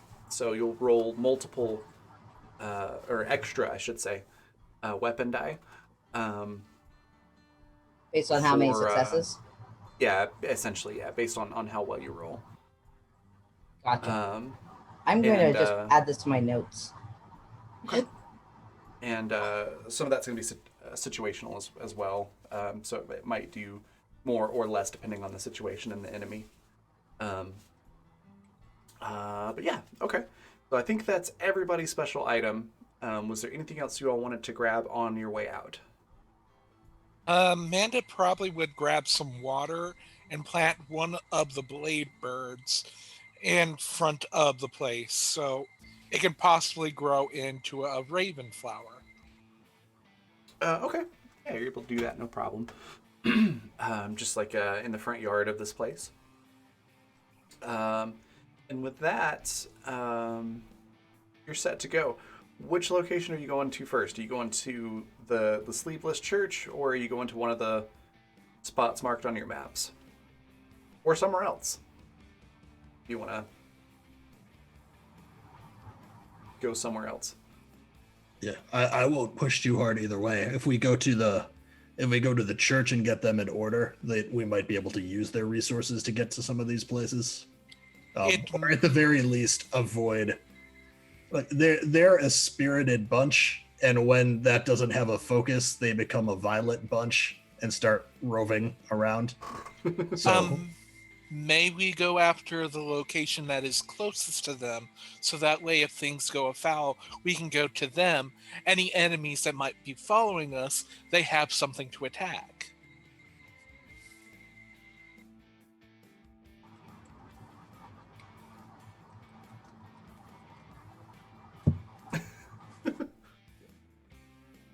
sorry, I'm not used to being the one making decisions. Are people looking at me for this? Yes. I thought we are a group. We are I'm going just by helping community. y'all. Like my purpose here is to find the person that smells of sunflower seeds. All of this is just kind of like extra. It's not really my concern, but I feel it will help me along my way. So it's more your concern, and I'm helping. Well, we're all very well known to Danco right now, so unfortunately, Also, didn't you say you have successfully found a vault? Yes. So, therefore, doesn't it make more sense for all of us to follow in your footsteps, because you're the only bloody one who's done it? Sure. I mean, yeah. Why don't we just head in that direction and then see what happens? Maybe it's we get out of this town, like Lula Melo was saying, where they know that we're at already, before they decide to come in more force. Yes, and we go to the vault location that's close to the Sleeveless. If the vault's there, good. If not, we're near the Sleeveless, so they're along the way. Okay. As you look at the maps, the Church of the Sleeveless Way is relatively in the same proximity as one of the maps that has like some like mounds, it looks like, on the map, and it says definitely not a dire dog den. It's sort of backed up against a mountain. Wesley, since you're well traveled on the wilderness of this planet, this is not the same spot as That was my question. yeah, it's not that same spot where Merc got all those dire dog pups. And it's, as far as I know, it's not a place where we're keeping pups to like raise for the church. No, this is an unexplored area for you. All it's it's closer to where you found the first vault than it is to where those dogs are, though it's not necessarily like right next to that. It's just in that direction.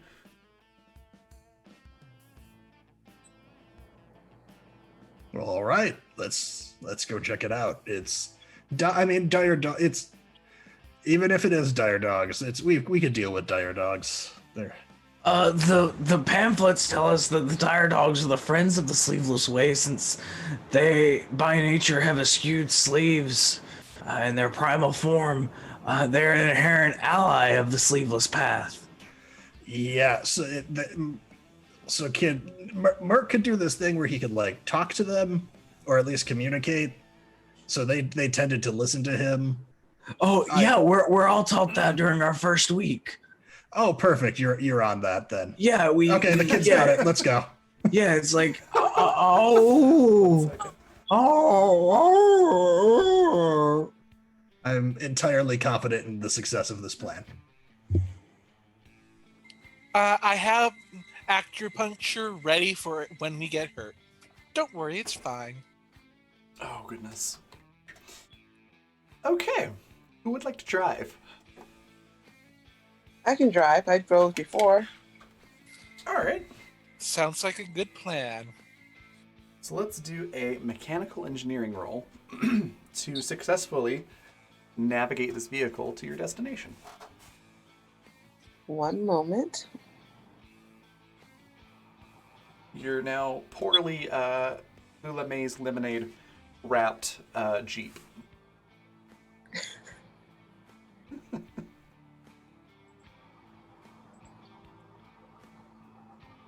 I'm just trying to pull the sheet back up. Of course, I'm failing.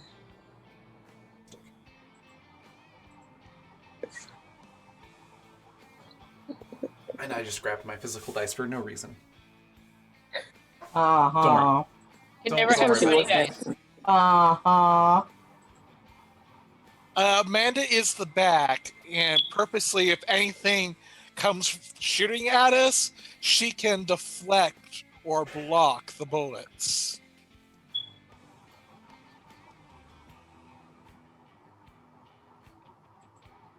Lula May I need calls to- shotgun. All right. Al climbs into the back, finds a suitably comfortable looking space, and just plops down in it. And for all intents and purposes, the little lines on her facial screen are gone currently. I'll Okay. leave a pamphlet in the blender before getting Oh, into the back of the truck. So that roll, Nice. that roll is like not a good roll. I don't think I passed.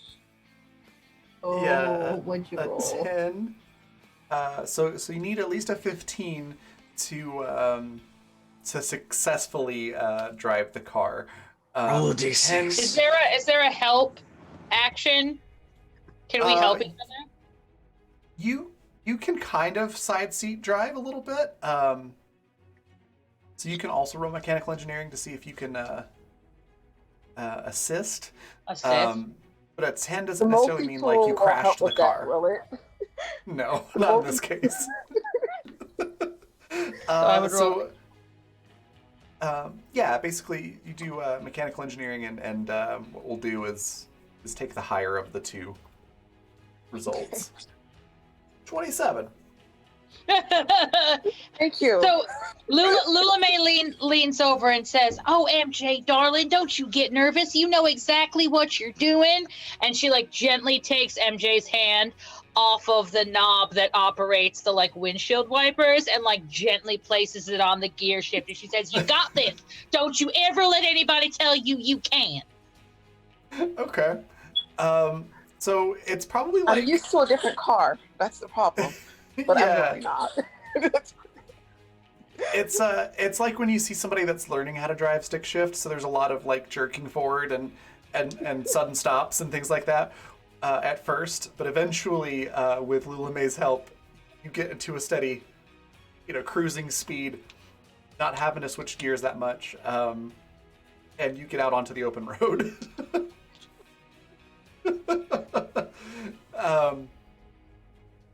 Okay, cool. So first part of your trip's pretty uneventful. It's a nice, pleasant day, not too hot, not too cold, slightly overcast. So I would like to lead the jeep in some traditional like campfire songs. I would suggest not. I'm trying to focus on the road. I don't want to crash. No, that's fine. I'm really unintrusive. People told me that my voice just completely filters into the background. Don't worry, you guys won't even notice. How about if I hit you if you start? Will that be enough encouragement to not sing? Yes. Good. all right. If I could have everyone who's not keeping their eyes on the road at the moment, give me a sight roll. See if you notice anything as you're on your trip.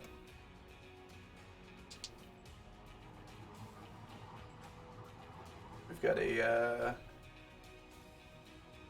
15, a 21, a 7, and a 13. Okay.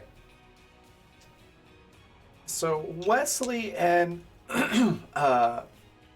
Amanda, the two of you noticed like this weird looking shadow on the ground that's kind of keeping up with the car. And Amanda, you notice this and also think to look up, and you can see what looks like they look like those what are they called? We got The big- some flying dingoes. No. No, they're like the big fan boats that you see like in swampy areas. There's a word for them. Airboats. Airboat, thank you. Yep. They look like that, except they're literally in the air. So it's also got like it's a big fan in the back, but it's also got two fans on the sides that are pointing down. So it's sort of like a hovercraft of sorts.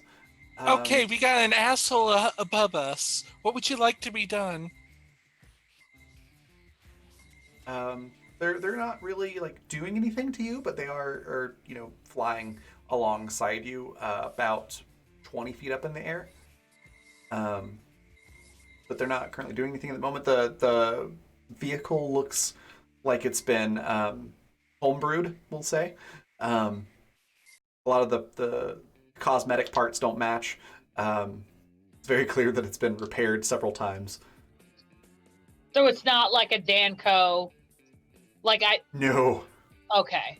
There might be a piece of metal on there that says Danco, but it's very clearly something that was salvaged.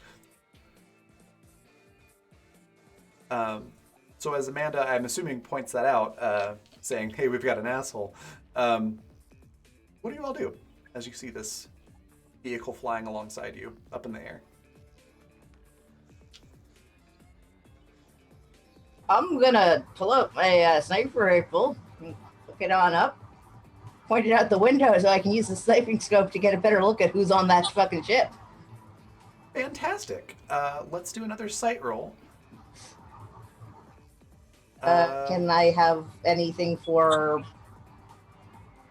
bonuses? Yeah, I was just gonna say let's do this with advantage, so you can roll twice and take the better of the two results. I'll take the 22. 22. Yeah, it looks like think how to describe this person. It's a sort of a bigger dude, and like dude is the appropriate term here for this guy. He just looks like a dude. He's got a big scruffy beard, wearing overalls with like no shirt underneath of it. So no sleeves, of course. And mostly bald, with like a ball cap that's on backwards, but it's more like a trucker cap. Um, and it doesn't seem to be looking at you. He's just like looking down at the field to your right. So she's going to go and take a look at what's on the field to the right. Okay. Another sight roll. Just normal sight roll this time. Okay. 22. 22. Yeah, you don't really notice anything out of the ordinary. It's a rolling field. There's some cacti out there. It's mostly just like cacti and sagebrush and dust. You might notice a couple of little things that look sort of like a molehill here and there. But that's about the only thing that's distinguishable or noticeable about it. Well, she pulls her gear back in and doesn't say anything. Please tell me we don't have desert dingoes. Bare shoulders, bare hearts. That's what sets us apart. Okay, I told you I'd whack you. You want to They do have continue? duct tape. No, I am just warning. I mean, I hoping don't you see this choose not shape. to. I rolled a 7 on my sight check. Yeah. I am giving you the option to choose not to sing, as I'm ready to whack you, intern. Now, do you wish to continue with the singing and I would continue with the whacking? Yeah, look, he's not your intern, so you don't really get to abuse him. I am asking. They have the choice. It would be rude for me to just assume. I think Lula May turns around at this point and she says, "Kids, I swear if you don't start your bickering, we are not going through a drive-through after church." What is a church? Oh, well, the Church of the Sleeveless Way is, in fact...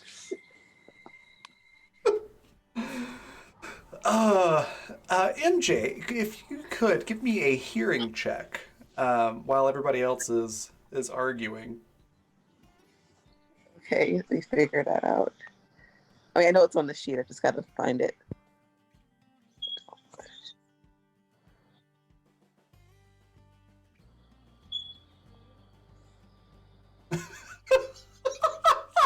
Meeble.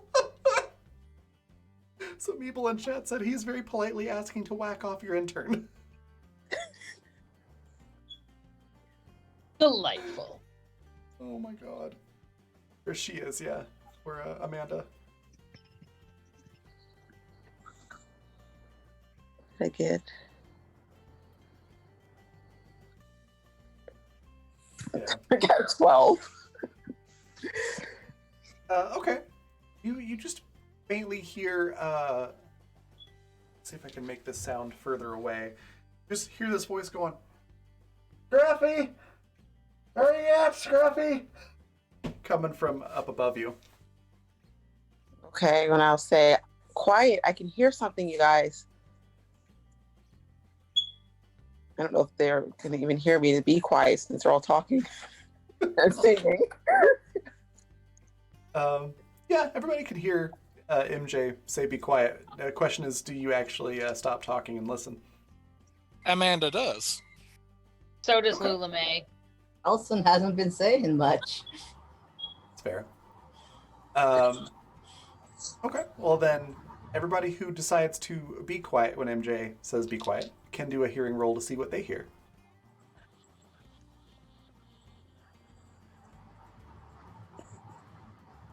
It's a 15, a 13, an 18, and a 16, and a 12.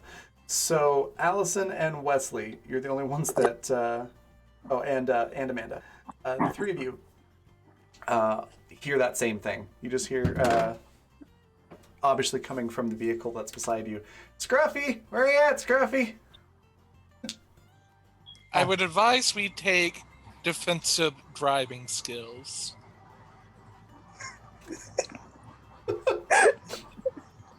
Don't Wait, run over the Driving's not dog. that- My driving's not that bad. I've got to get used to this vehicle. I think it's more that something, the scruffy they're looking for might come to attack us. Because I imagine it's one of those big things that'll attack us that is friendly to them. No, that's Scruffy. fine. Everyone knows that beasts are inherent friends of the path of the sleeveless way. Isn't that right, Mr. Wesley? Yes. As long as there are See? no follow-up questions. I feel like there should be. But alas, there's not. But I'm sure No, it's you're just right. a pet. Alas, there is not. I'm sure it's just a pet. I'm sure there's no trouble here, and we should just keep driving and not worry about Yes. their problems. But why would they need to be up in the air to find it unless it was really big? To get a better view. Well, I can't argue with that logic. All right. Is This there continues. a dog around us, you guys? Or a scruffy? I didn't see Anybody see nothing out anything there. out the window? Anybody this- see anything out the window? Here, Scruffy, Scruffy, Scruffy. Is this an open Jeep, right? Because we said that we It dipped is. into it before, yeah? So Yeah. I think Lula May will, like, sort of get up and, like, wave to the driver of the vehicle to try and, like, get his attention. Because she wants to figure out, like, what she should be on the lookout for, but she's going to make it look like she wants to be helpful. Okay. Yeah, what's up, Michael? May I roll gut feeling because I feel like something bad is nearby out of character, so I want to know if my character knows it too. Absolutely. You can almost always roll gut feeling. The 22. Something, it feels off. Like, this definitely seems weird. You're pretty sure there's a little more to this than somebody just looking for, like, their lost poodle. But you don't feel anything, like, inherently bad about the situation. Just that it's odd. Like, your danger senses aren't tingling or anything like that yet. But you might feel a little bit more on guard because the situation does seem weird. Then Amanda will just have their hands ready on the yo-yo. Okay. So Lula May, as you're waving, are you yelling out to this person? Yes, I'm saying hi, hello, friend. Hello. He looks over at you and kind of yells down from his airboat plane, and says, "Yeah, y'all seen a well? He's kind of like a dog."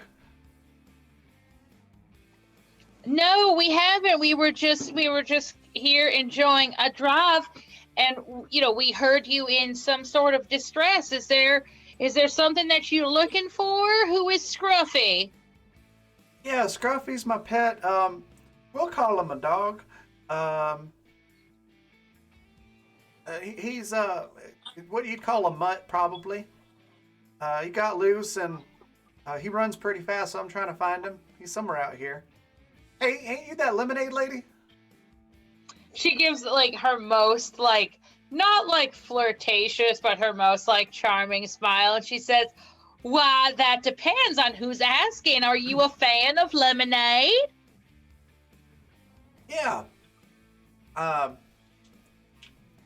He kind of looks around as if somebody's around to listen to this conversation, and looks down and goes, "We mix it with that moonshine that we make on my farm."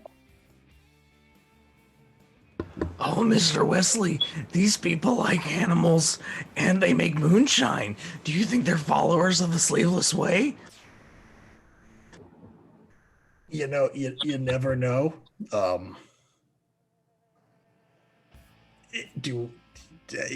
don't. Why don't you ask him? Excuse me, sir. I'm here as an official representative of the Sleeveless Way, formerly of the Cardboard Carp ranking. Here to ask about your belief in the metaphysics of sleeves.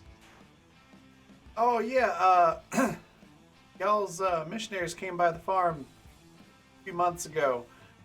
We decided that we agree with a lot of the things that y'all are teaching. We don't wear sleeves ourselves either, but it's not the path for us. We think your Merc fella's got some good ideas, but we don't think that he's the real leader person. Oh, well, that's fine. We appreciate your open-mindedness and your willingness to discuss your beliefs. Currently, we are undergoing a leadership crisis, and here with us right now in this car is Mr. Wesley, who could possibly be the new spiritual head of our church while Is Merc that is a out dog? finding himself. If we find you your dog, if we find Scruffy, can you set the church up with any of those flying cars? Is that Well, this is something I just built in my spare time. I don't really have time to make them on demand. I could give you the blueprints for it though. all right? Now whispering to the rest of the group? Do we care about this? Do we want to find this dog, or do we just want to drive? Save whatever gets us out of here. Because if we find the dog, we're probably gonna have to fight it and It's a possibly flying kill it. vehicle. It's a flying vehicle. Lula May kind of says, does like a very like, just 1 second. She says, y'all, if we get one of them flying cars, we could light this Jeep up with our communicators inside it. That's real smart, Miss Lula May.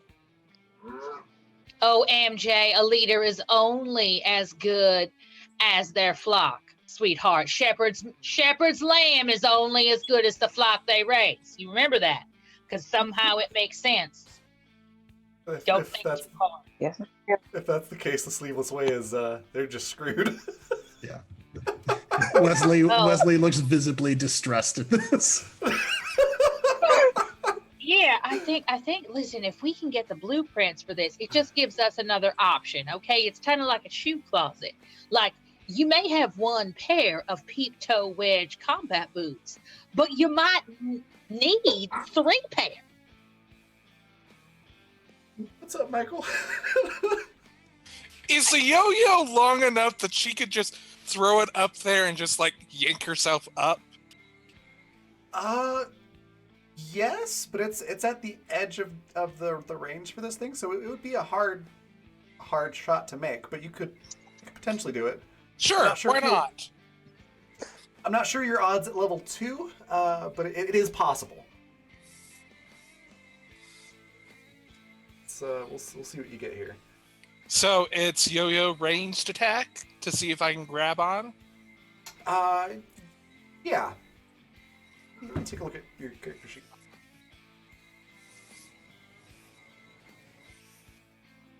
See how you've got this set up. Quick.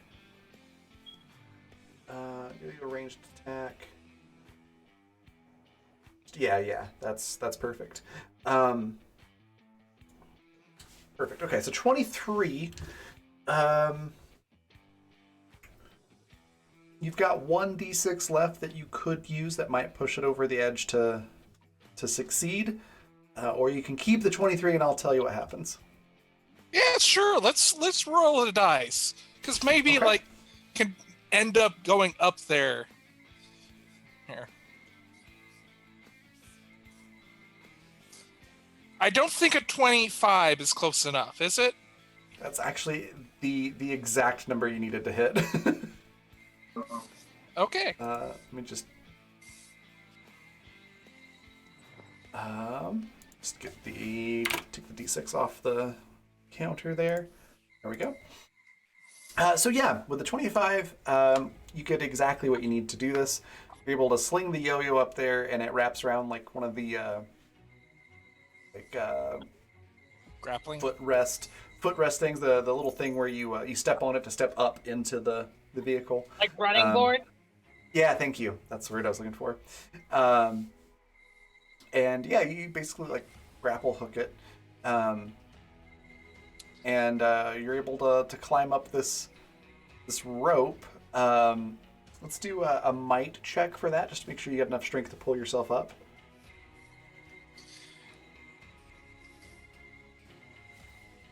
So 15, yeah, that's good enough.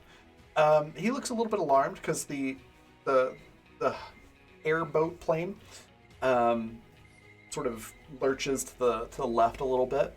Um, but once you get up there, he's like, well, that's a new one. Can I help you?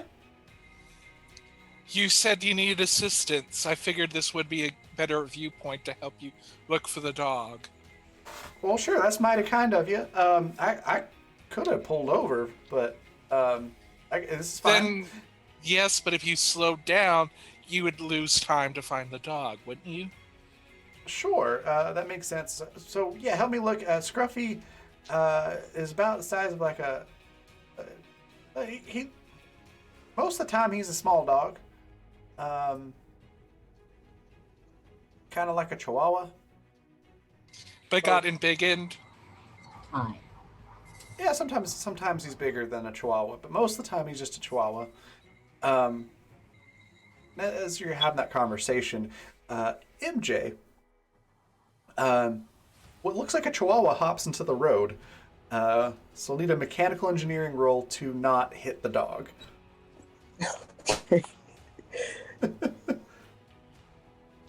Please don't let me hit this dog. Those are some great comments in chat from Ecadorlax and Meeble right now. Oh no! Uh-oh. So with a nat 1, I'll let you. I'll give you an option. Option A, you can hit the dog, and the Jeep will be pretty much okay. Option 2, you can swerve the Jeep out of the way, but the Jeep is definitely going to take some significant damage. A reminder, we do have 2 crits waiting in the wings. That is true. You could also use a crit to just cancel out that one and make it a nat 20. Depends on if you want to use your crits on this or not.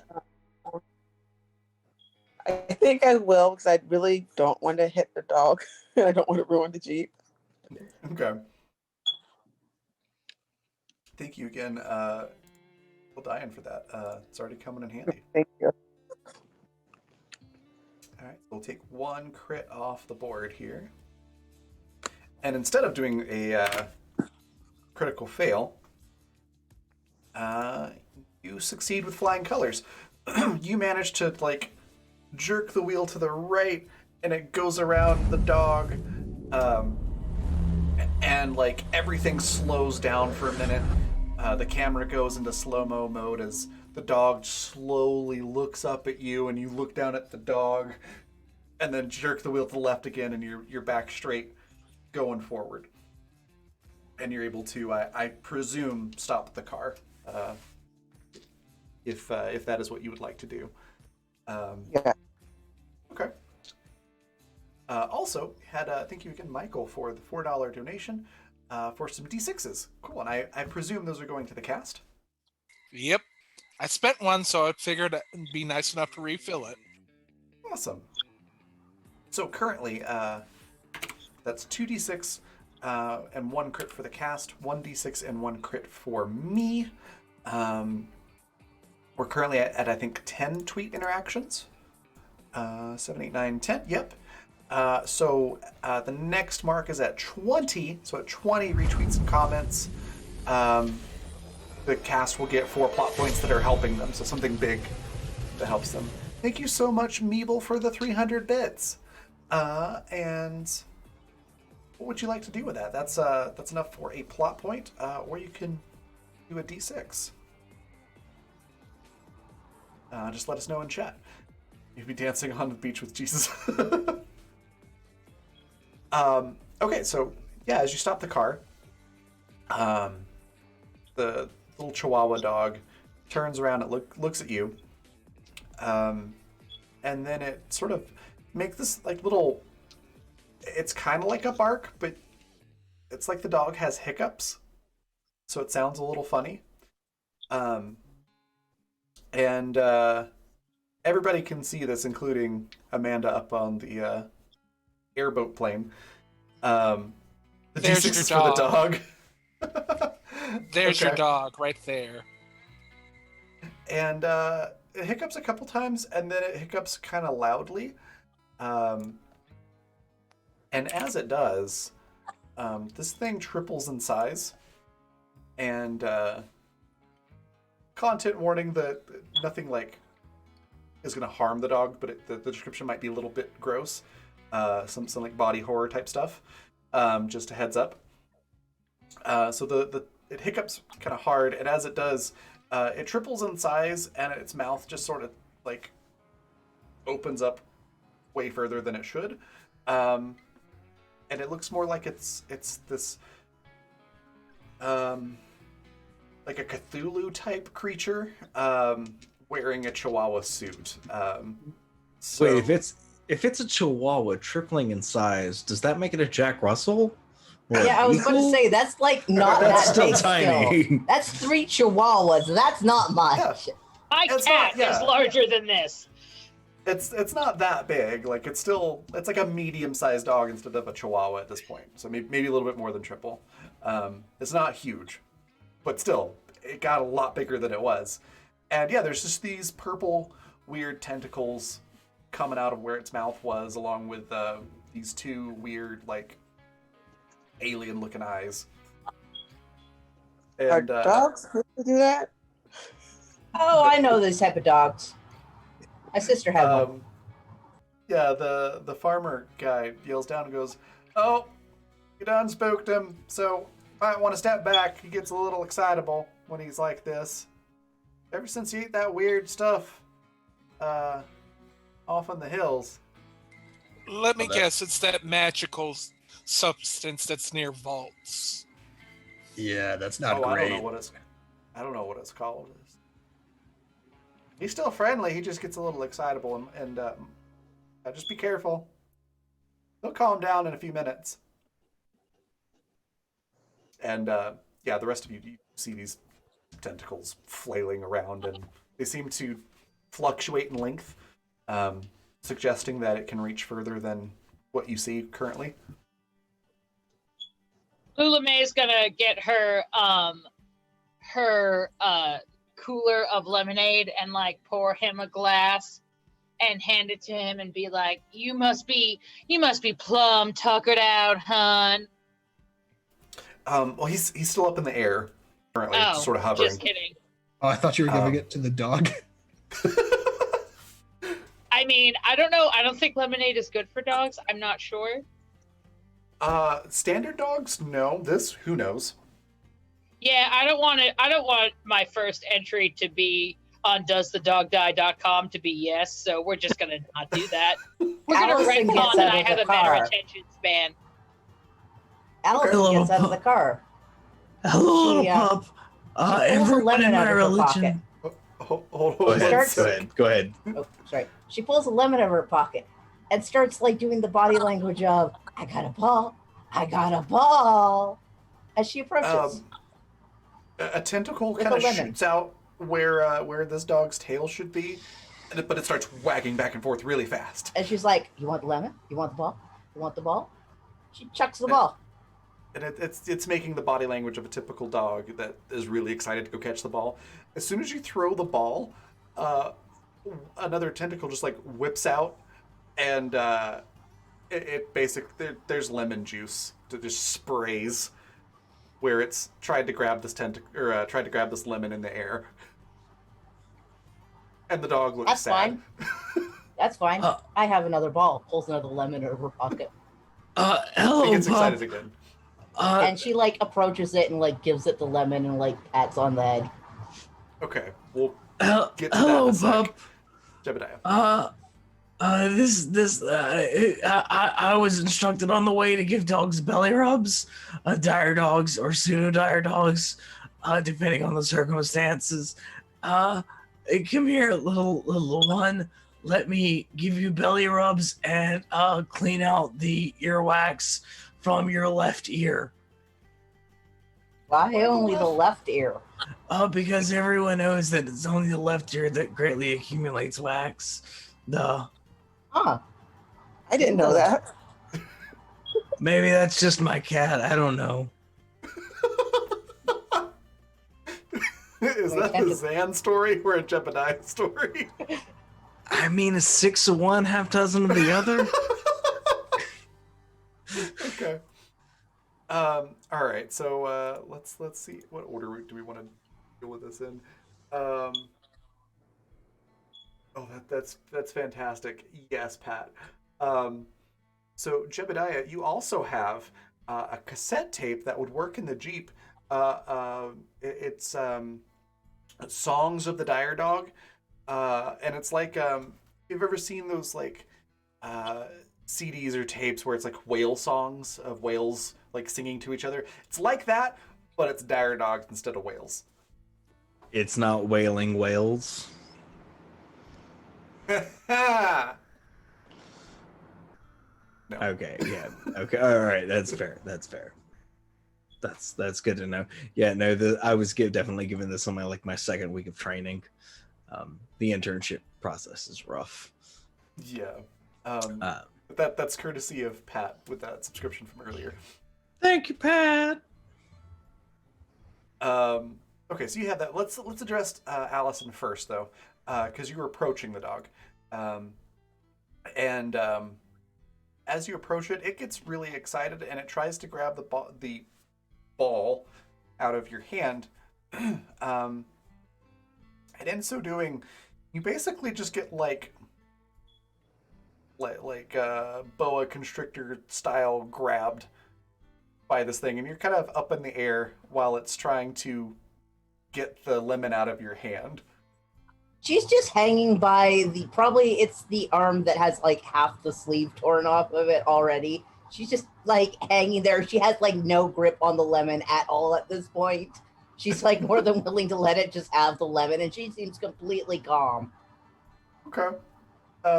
So yeah, it's still holding you up like by the waist, with one tentacle and the other's trying to grab the lemon, and it gets it since you're not really trying to keep it from it at all. And yeah, you're just sort of chilling there. It's not really hurting you or anything, but it's not dropping you yet either. So then, with that, we'll hop back over to Jebediah. You were wanting to try to give it belly rubs, or you can do something else if you'd like, since now you have the tape, which is new information. No, I mean, I imagine the tape is probably gonna relax him, her, it, they. I don't know the dog's pronouns. But I'm definitely just gonna try to keep it calm. Give it those left ear scritchies. Okay. So do you play the tape or no? Yeah, sure. Okay. I mean, depending on if the passenger seat. I mean, passenger seat is the one that controls the music. But I think I'll hand it over to them and be like, "Here, this is my jam. It'll help." Okay, Lula Mays and the shotgun, the passenger seat up front. Do you pop it in the cassette player?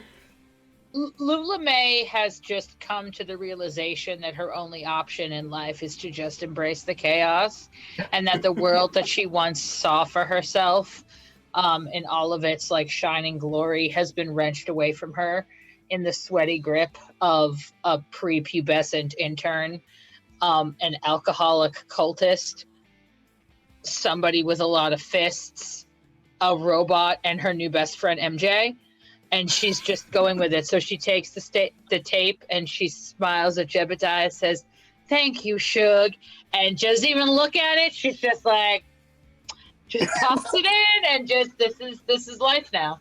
I think at some point in that realization, Wesley locks eyes with you and just like whispers, "I know," like just wordlessly. Like, yep, this I is feel like there's Calamity. this bizarre, like, adults in the room energy, right? Yep, it's like when your classroom has gone crazy the day before vacation, and you and, like, the paraprofessional in the back of the room just look at each other, and you're like, yep, this is our lives now. This is just what it is. This is We're vault here hunting. now. Perfect. So you know how like a pack of wolves when they're calling, it's very majestic and you can hear them talking back and forth, kind of taking turns. The voices don't really overlap a whole lot. This is nothing like that. It's the exact opposite. It sounds god awful. The yelps and the wails and the howls overlap into just a cacophony of horrible dog noises. Sounds like two huskies arguing over a pig ear. Yeah, actually, Yeah. not wrong. You're not wrong. But it's like half a dozen, and not just two. So yeah, it sounds atrocious, but this Scruffy seems to enjoy it, and drops Lulame and starts frantically Allison. running. Allison, I'm sorry. Yep. Yeah, strike that, reverse it. Allison drops Allison, and it starts running around the Jeep looking for the other dogs. Tentacles are still flailing, so if you're not careful, you might get slapped like in the face or in the gut by. If you've ever been hit by a really excited, huge dog's tail, and it feels like a tree trunk just hit you, that's kind of what it would feel like if you get hit by one of these things. Important. We said the Jeep was open, right? Like, Yeah. there's not an abundance of windows where this dog might be seeing a reflection of a dog. No, the only window is the windshield. Okay. So it's just running around the Jeep, trying to find these dogs. And at this point, the farmer has landed with Amanda next to the Jeep and is just kind of waiting. See, he's clearly experienced this before and is not taking any action. He just seems to be waiting for something to stop or whatever. Do you have a leash? Do you have a leash? Because I feel like otherwise I might have to do something else to stop this, and I'd rather not. Oh, sure, I got a leash, but you just kind of have to let him, work out all this weird energy, and then he goes back to being a little scruffy again. Okay. Do donuts with a vehicle. Run around. Tire him out. No. Before MJ can, Lulame just like puts her hand like on top of where MJ is, like, and she looks at MJ and she just shakes her head. No, we are, girl, no. Yeah, MJ's not going to do that. She doesn't want to like crash everybody, which she probably would because they drive. Hello, little puppy. Oh, who likes belly rubs? Oh, you likes belly rubs. Oh, it's so cute. Oh, it's piddling. Oh no. Does anyone have paper? Oh, it's sizzling. The piddles is sizzling in the bed of the truck. Does anyone have industrial strength paper towels? I don't think normal's gonna cut it. It burns. Help! So it's it doesn't get in the Jeep. It's still just running around the outside. But if you were outside the Jeep trying to pet it, yeah, you probably got beat on. Lulame is just checking her manicure, like putting herself like in like her Zen space. I'd like to think that at least that half of the car, I don't know about the other half, is very much like that face where you're obviously pretending not to hear something that's directly next to you. Yep. Allison's just getting back up to her feet, shaking her hand off, and then pulls out the last lemon. to get the dog's attention. Okay. Oh! So to Turn off the music. paint the scene here, so you've got Farmer and Amanda and the airboat plane. To the south, you've got Allison sort of in the middle holding this, and then to the north, you've got the parked Jeep where Scruffy's doing circles around it. And Jebediah, you're inside or outside of the Jeep? No, I'm chasing the puppy. Okay, so then you've got Jebediah running around the Jeep with the dog. And there's like a trail of green, sizzling, slightly glowing, what you can only describe as dog urine, that Jebediah keeps stepping in, and their shoe is sizzling now. So that's what's happening as Allison says, turn off the music, and holds up this lemon. Yes, Michael. Something kind of like she's thinking, Amanda's going to try to grab the leash and try to hopefully just lasso it on the dog from a distance. Okay. Go ahead and do the yo-yo attack. It's similar enough that you can do that. I'm just checking something. Yep, that's what I thought. Okay.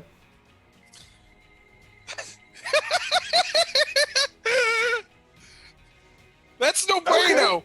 It was almost a nat 1, but it wasn't. So with a 10, I'm gonna say what happens is you manage to get this leash over one of the larger tentacles that are flailing around, and now you are flailing around, kind of like a kite, as this dog is still running around the Jeep. Allison, you hold up the lemon. Scruffy doesn't seem to notice. Do you do anything else to get his attention? Yeah, she whistles loud. Oh no. You get his attention. He stops dead in his tracks. Amanda, I'm gonna need a might check to stay holding on to the leash and not get just catapulted off in the distance. I think it'd be funnier if just she catapults off. Okay. It's like you know those big like water balloon slingshots where you gotta have like 3 people to operate it. That's kind of what this is. The effect is, except it's an Amanda catapult instead of a water balloon. And you go flying like a good 50, 60 feet off in the distance before you land, and probably skid another 30 feet. But I do a barrel roll in the air before I land. Roll nimbleness to see if you are able to do that. Regardless, you're going to take 9 damage. Watching this, Lula May calmly just reaches over, turns off the dog song tape, and puts on like legally distinct Enya. Some very like spa calming music. And she just sort of like conversationally leans over and she says, "Now, MJ, why don't you just tell me about yourself, girl? I saw you back in the kitchen." And she just starts like making conversation with MJ, like they're waiting to pick the kids up from school. Like she's just like. Okay. So Amanda, you do make a really cool barrel roll. Like it looks fancy, but then the landing is still going to be painful. Yeah, but it's like, it's fanciful and looks purposeful rather than stupid and on accident. It's 6 of one, half dozen of the other. It's a bit 50-50. But yeah, it definitely looks cooler than it would have. Okay, so there's that. Lula, May, and MJ are having a conversation. Allison has whistled for the dog, who has now pivoted on a dime and is running full force at you. Do you do anything to like brace or dodge or anything, or are you just taking this full force? Allison in the same sort of like level of holds up the lemon and points at the ground and goes, "Sit." Okay. Let's do a daunt roll. Good thing I have some points in daunt.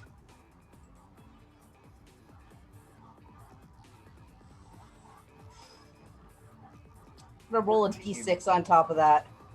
Good plan. Good plan. That's still enough to basically do something. Um, yeah, it sort of like to borrow a term from another system. It's like a mixed success. Um, you slow it down, but it's a little too excited, and so it kind of decides to try to sit a little bit too late. So instead of just stopping and sitting, it just sort of sits down at full speed and just skids into you. That's fine. So now got it. you're knocked over. You don't take any damage because you managed to slow it down a little bit, but there is this medium-sized Chihuahua tentacle monster dog on top of you, and you're kind of tangled up in the leash and the tentacles, and what's probably its tongue is now licking your face excitedly. She has given up at this point, and she's just patting it on the head. Okay. I got your dog. After a little bit, it hiccups again and goes back to being a Chihuahua.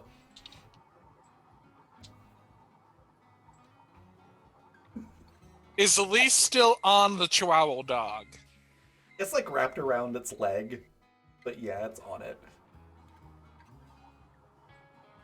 And it's not running away or anything. It seems pretty chill now. Actually, it seems kind of tired.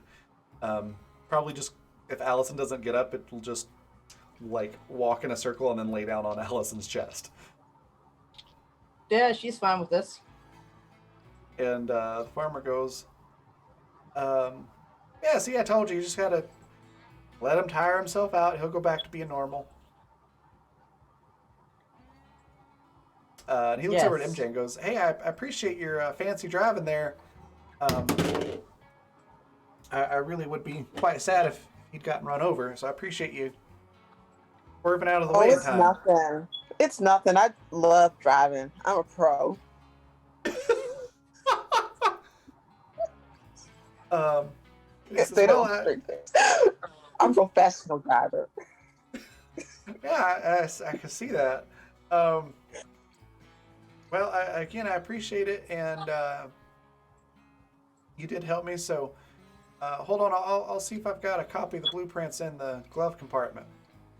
And he goes over to the airboat plane, and rifles around for a few minutes. He's pulling out like fast food wrappers and pieces of paper and like oil change receipts and things. It's taking a little bit. Does anybody want to do anything while he's finding those blueprints?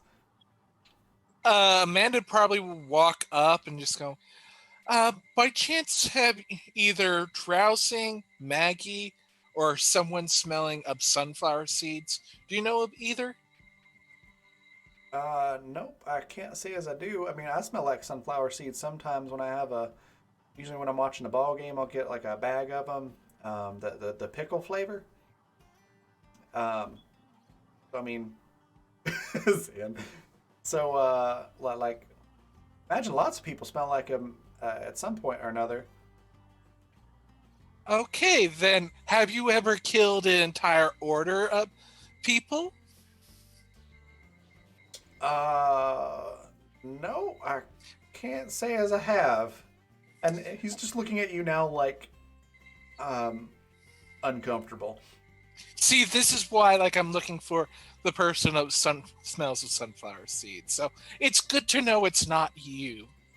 I think Right. Lula May sees that poor Amanda is having like an uncomfortable conversation, and she like gets out of the car with like the lemonade that she was going to give him before, and she like pardon me, it's been a very arduous day for all of us. Why don't you have some lemonade? Oh, that's real kind of you. Takes a sip of it and goes to set the cup or bottle or whatever it is down, and sets it down on a piece of paper, and then looks at it and goes, "Oh wait, that's it."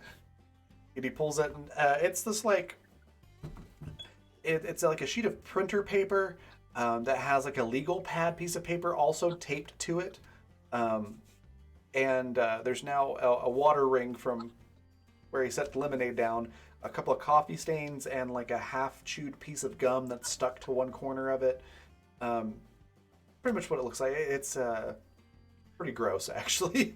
um, but there's a crude blueprints on how to build this thing. And he hands it to you, Lulame. So you're standing right there. And now he's scared of Amanda. Amanda will just like simply bow to them before walking over and behind and Lulame. Okay. So Allison, can you give me a naturalist roll to see if you're able to do that?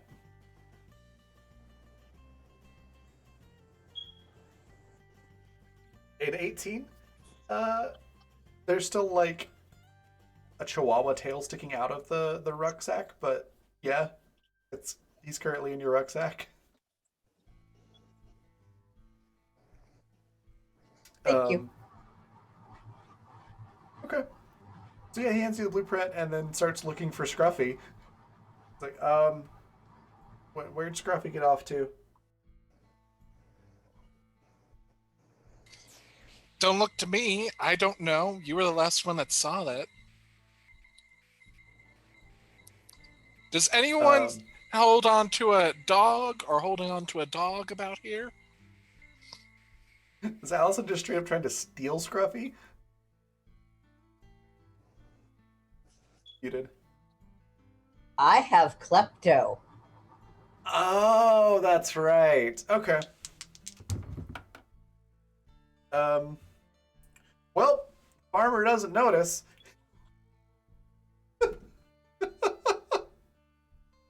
You can make a blend-in roll to see if you're able to hide the tail that's sticking out. Mr. Wesley, is this how this went in the chapter of Taming of the Beast in the Gospel of the Sleeveless Way? What Wesley looks up, he's just been in the back seat while Lulame and MJ were having their chat. He found one of the pamphlets you keep leaving places and thought it would be a good idea to refresh himself on what he supposedly represents. That's good. So I think I flipped to that chapter and I'm like, yep, that sounds pretty similar there. Good job. All done, right? So Allison does a horrible job of hiding the fact that she's stealing Scruffy. Like, it's clearly obvious to all of you that she is stealing this dog, but the farmer rolled a nat 1 on sight and is still oblivious, looking for Scruffy. Scruffy! Oh, Scruffy!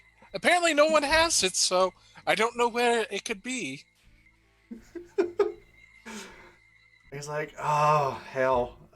Well, you helped, and so I owe you the blueprints. There you go. I'm going to go see if I can find my dog. Couldn't have gotten very far this time. And may I make a suggestion? You do a circle and then, because it's maybe they circled back and went home. Yeah, I'll do that. And he starts up the airboat plane and starts flying around, and you just hear, Scruffy! A little bit more sad and distraught each time.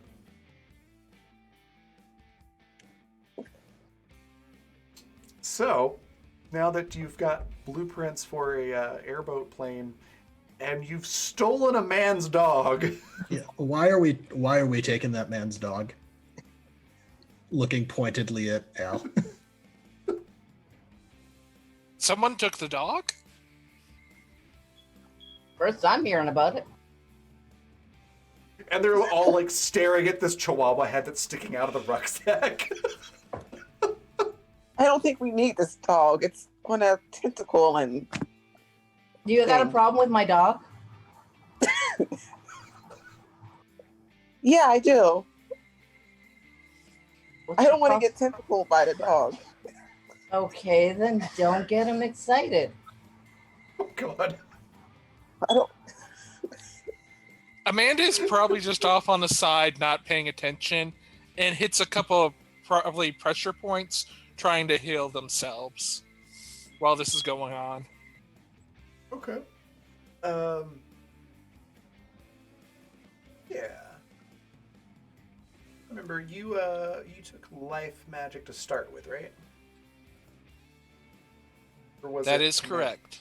Okay, cool. Then yeah, do a magic engineering roll. I'm gonna quickly look up what you. I need think to it's get. just 1d4 at this level. It depends on your roll.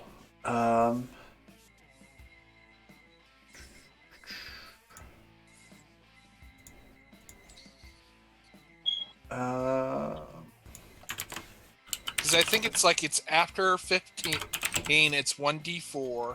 After 25, it increases to the next d size. For example, if I remember correctly. So you can use start a heal drink. Okay. Actually don't have numbers on the magic. Because isn't yeah, it it a would- 15 is easy? A 15 for is both easy, yeah.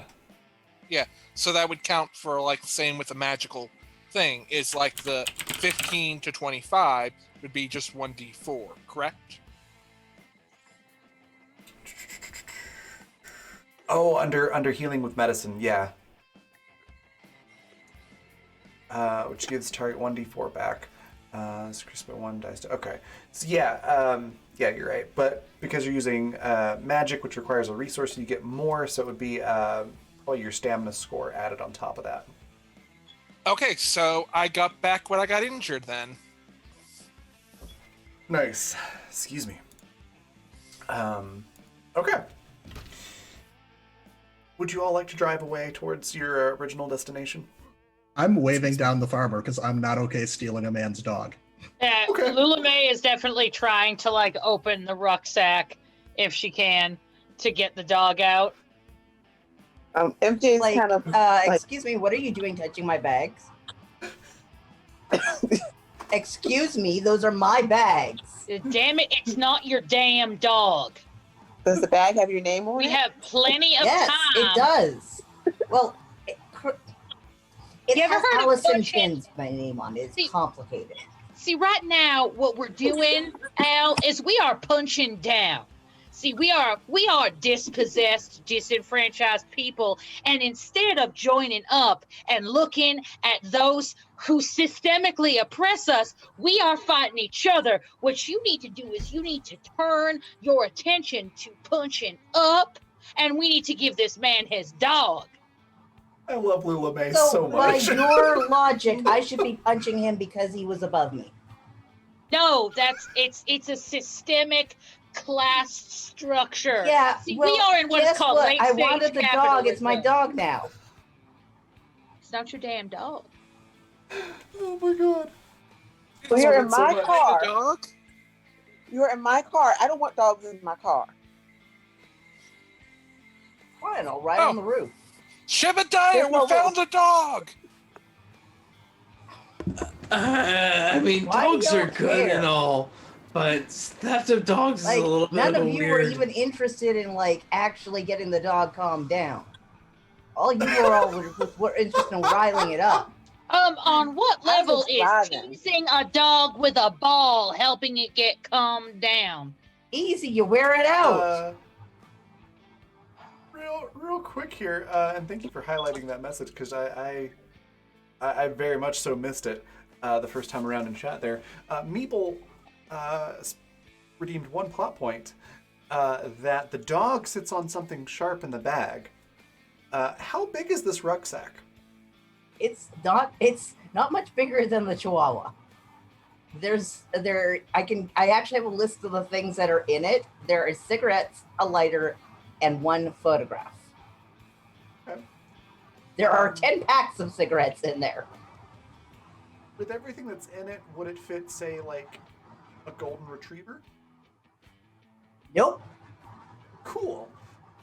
Chihuahua sits on something sharp. You hear a yelp and then a rip as this dog triples in size again, or quadruples in size. About the size Ah, of a golden retriever. shit. Ah, All shit. stuff I need a new bag. goes Get that everywhere. thing out of my car. There's tentacles flailing all over the inside of Fine, the Jeep. fine. You can give the dog back. We will find you a dog. Mr. Wesley- I will Shibabi! hold you to that. Wesley and Farmer Amanda person! are successful in flagging down the farmer. He comes back and goes, "Oh, that little scamp ended up hiding in your Jeep. How about that?" And all right, Yep. I'll take him back now. I love that emote, Meeble. So after some wrestling with the tentacle dog, he takes him and goes back home.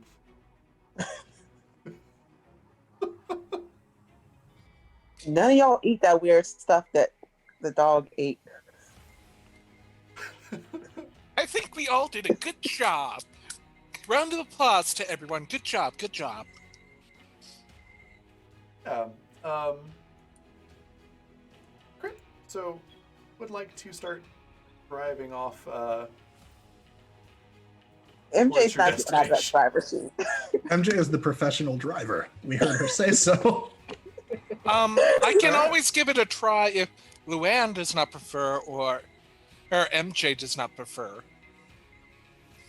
I'm not Well- getting out of the driver's seat. I'm trying to figure out where the steering wheel is, but I'm not. Give me a mechanical engineering roll to see if you're able to successfully drive the car off in the correct direction. Oh, God. Who? MJ. MJ staying in the driver's seat. She's professional. If you're Oh. going in the front, then Amanda just gets in the back. Just Well, she reminded never of that got moment. Yeah. Yeah, Just reminded of that moment. Lulame goes back to shotgun as Okay. I'm reminded of that moment in Ferris Bueller's Day Off where they leave the car with the valets and they just go, "Don't worry about it. We're professionals." Like the very next scene, you see them like jumping the car off of a hill. I feel like this is like a cross between like Thelma and Louise and the Dukes of Hazzard. Like I feel like it's that kind of a vibe where like we're just having a great time, but we might crash into a cavern and die. She got a Yep. 14. 14. I'm gonna assume Lulame is still there giving you the pep talk, and Yes. yeah. Do you want me to roll succeed. again? Oh, okay. No, it's fine. You succeed. All you got to do is just basically turn it on and drive forward at this point. So you succeed. Barely. And yeah, and I think our session is going to come to a close as the camera just sort of pans out from inside the Jeep, and you see with this music playing in the background, you know, the dust trail coming off the back of the Jeep as you're heading to your destination.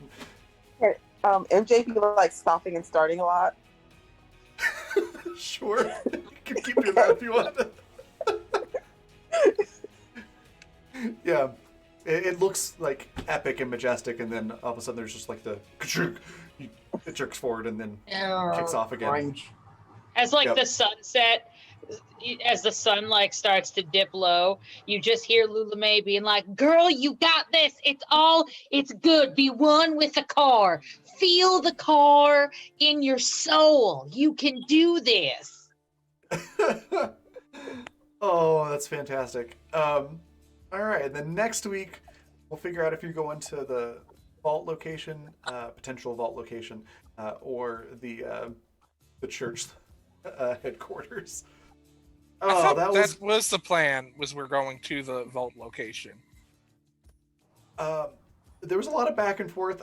I was unclear if there was ever a final destination picked, but you're heading towards both at the moment, so we'll figure it out. But that session was fantastic. So much laughter. And I'm actually a little sad you didn't succeed at keeping the tentacle dog, because that would have given me I so many wanted him opportunities so to mess with you bad. all. Why'd you make me give him back? I was gonna mess with y'all so much with that, but oh well.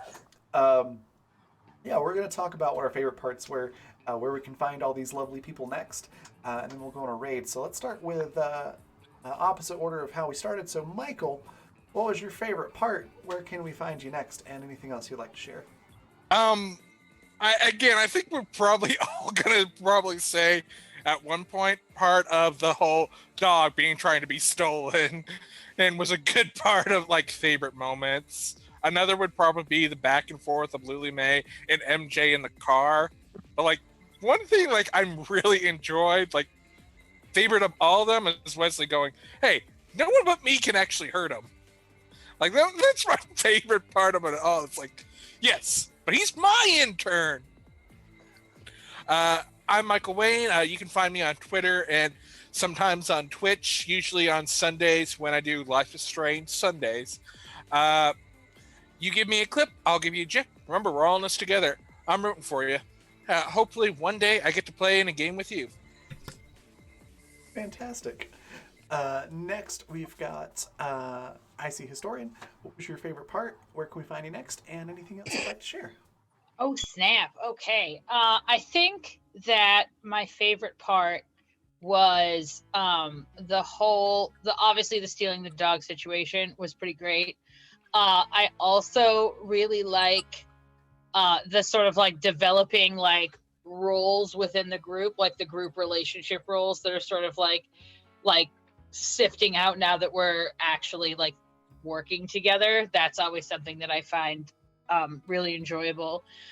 You can find me at IC Historian on Twitter. You can find me at IC Historian pretty much any place I have any interest in being found. I talk a lot about education. I am not an apolitical tweeter, so if that's what you're looking for, you're not looking for me.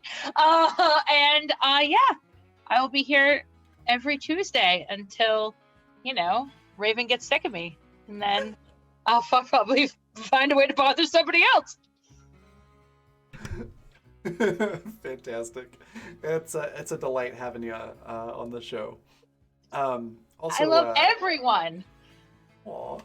Also, quick question for the cast and audience alike. Feel free to throw this in chat. What should our raid cry be? Because there's so many good lines that happened this session. Just throw that in chat. We'll hop over to Alex. What was your favorite part? Where can we find you next? And anything else you'd like to share? Oh gosh, I gotta admit, the back and forth bickering between Zan and Pat about how this religion is actually supposed to work. It's so believable as somebody who's like a cult inductee versus somebody who, no, I actually put this together. This isn't what God meant. Sort of arguments between the two of them, and it was just an absolute delight to listen to, and like, yeah, it was just, I was losing my shit so often.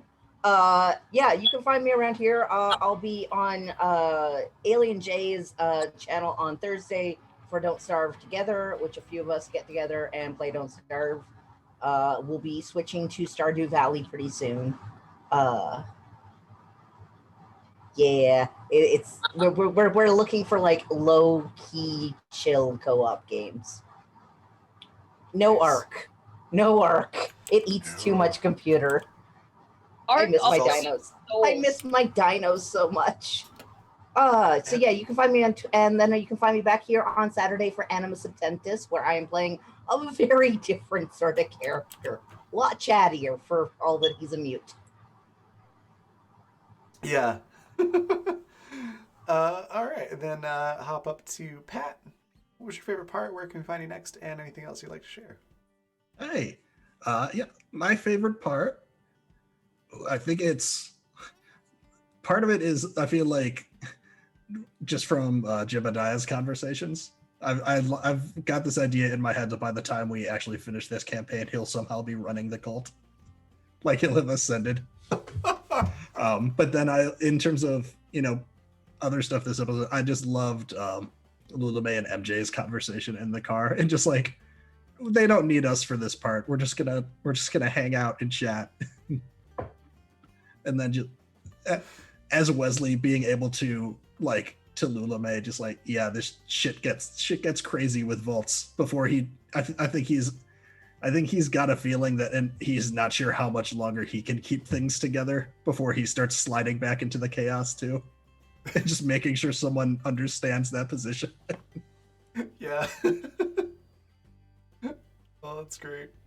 And then, did you say where we can find you next? I forgot. Thank you. You could find me tomorrow on Encounter Roleplay at 3 p.m. for their One Shot Wednesdays. I'm running a Game of Terror RPG, which that's their custom horror game that Jonathan Fry and his team put together. So I'll be running that tomorrow afternoon. And then Friday on my channel, myself and Leland and Zan are going to be playing some Divinity 2 Original Sin. And this week, for real, pending more surprise stomach bugs and emergency calls from work. It's starting this week. Awesome. That's exciting. Very different from the last 3 weeks. Fantastic. And then, yeah, we'll hop on over to Nikki. What was your favorite part? Where can we find you next? And is there anything else you'd like to share? I actually really liked when the dog kept like squished the women, and then how excited the dog kept getting. That just really, really made me laugh a lot. I really wanted to keep it. We'll find you another tentacle dog.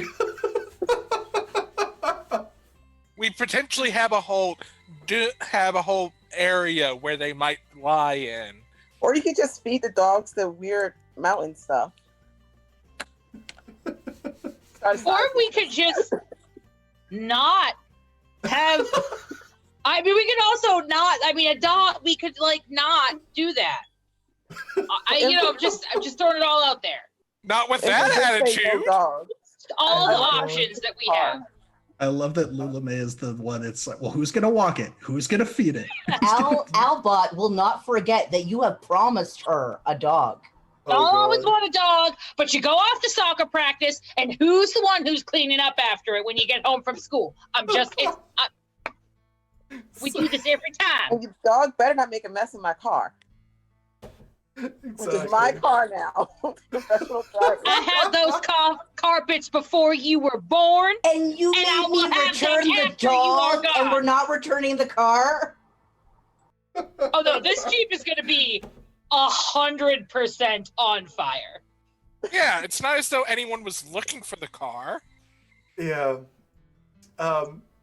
Sorry, Nikki, where can we find you next? Oh my god, sorry. On Friday, I'm playing in a mass game on this channel. School days. Yeah, it's school days. Yeah, Friday at 6 p.m. Mountain Time. Yes, I always get the times mixed up. I don't know what time is. Time zones are hard.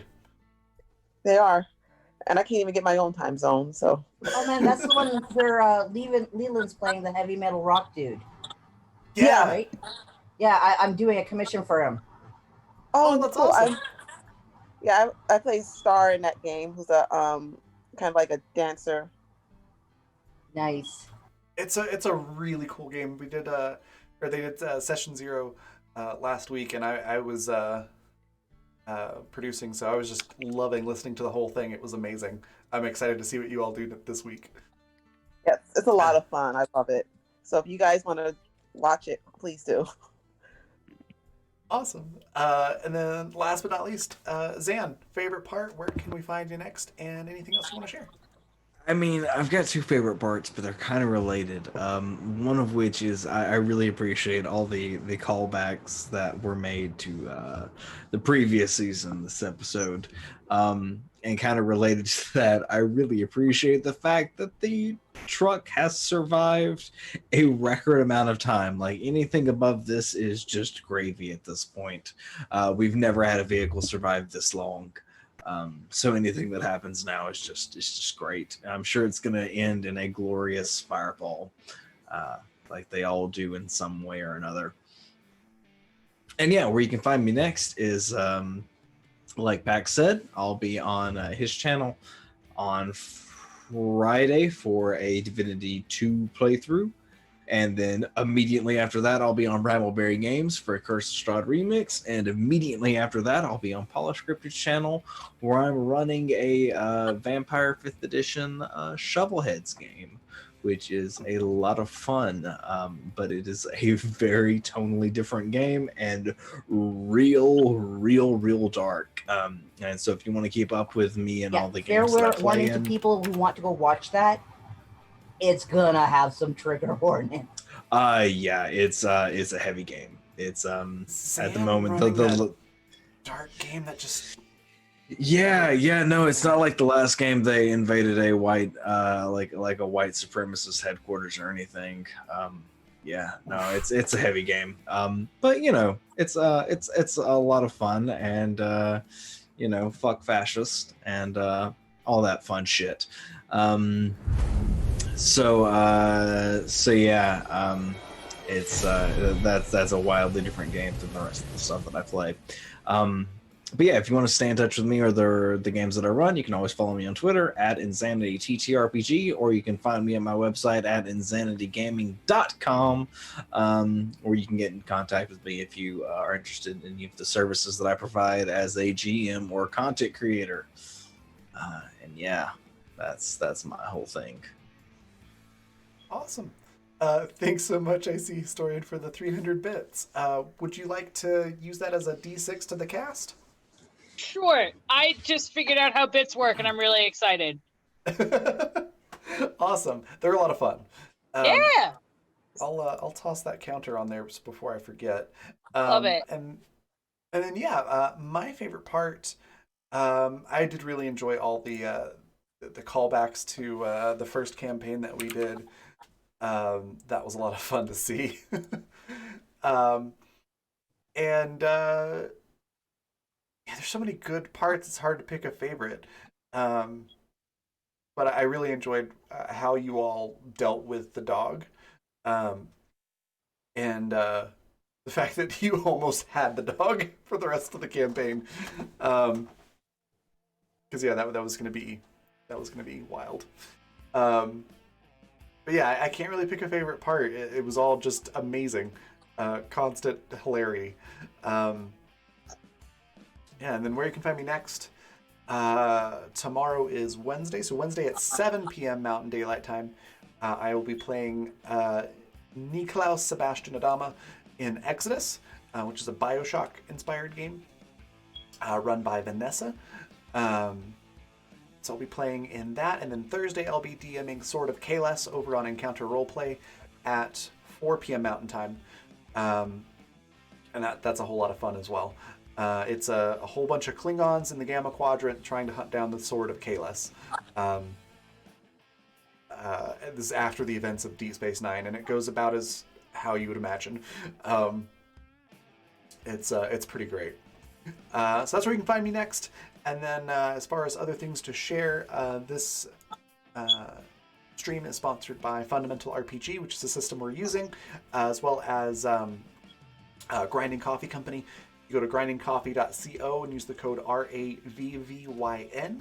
You get 13% off your order. It's really good stuff. Just as a heads up, because of the weird shipping slowdowns all around and things like that, some of the orders are going out a little bit slower, so be sure to order in advance. Give yourself enough time to get it before you run out of coffee, because things are a little slowed down right now because of the mail side of things. And then also there's some more updates on Patreon. I'm adding more and more art this month. as the season has given me a much lighter schedule. I'm able to do more than just GM and stream constantly. So I'm doing more art. That's going up. There's also for content support tier and higher. That's $7.50 a month and higher.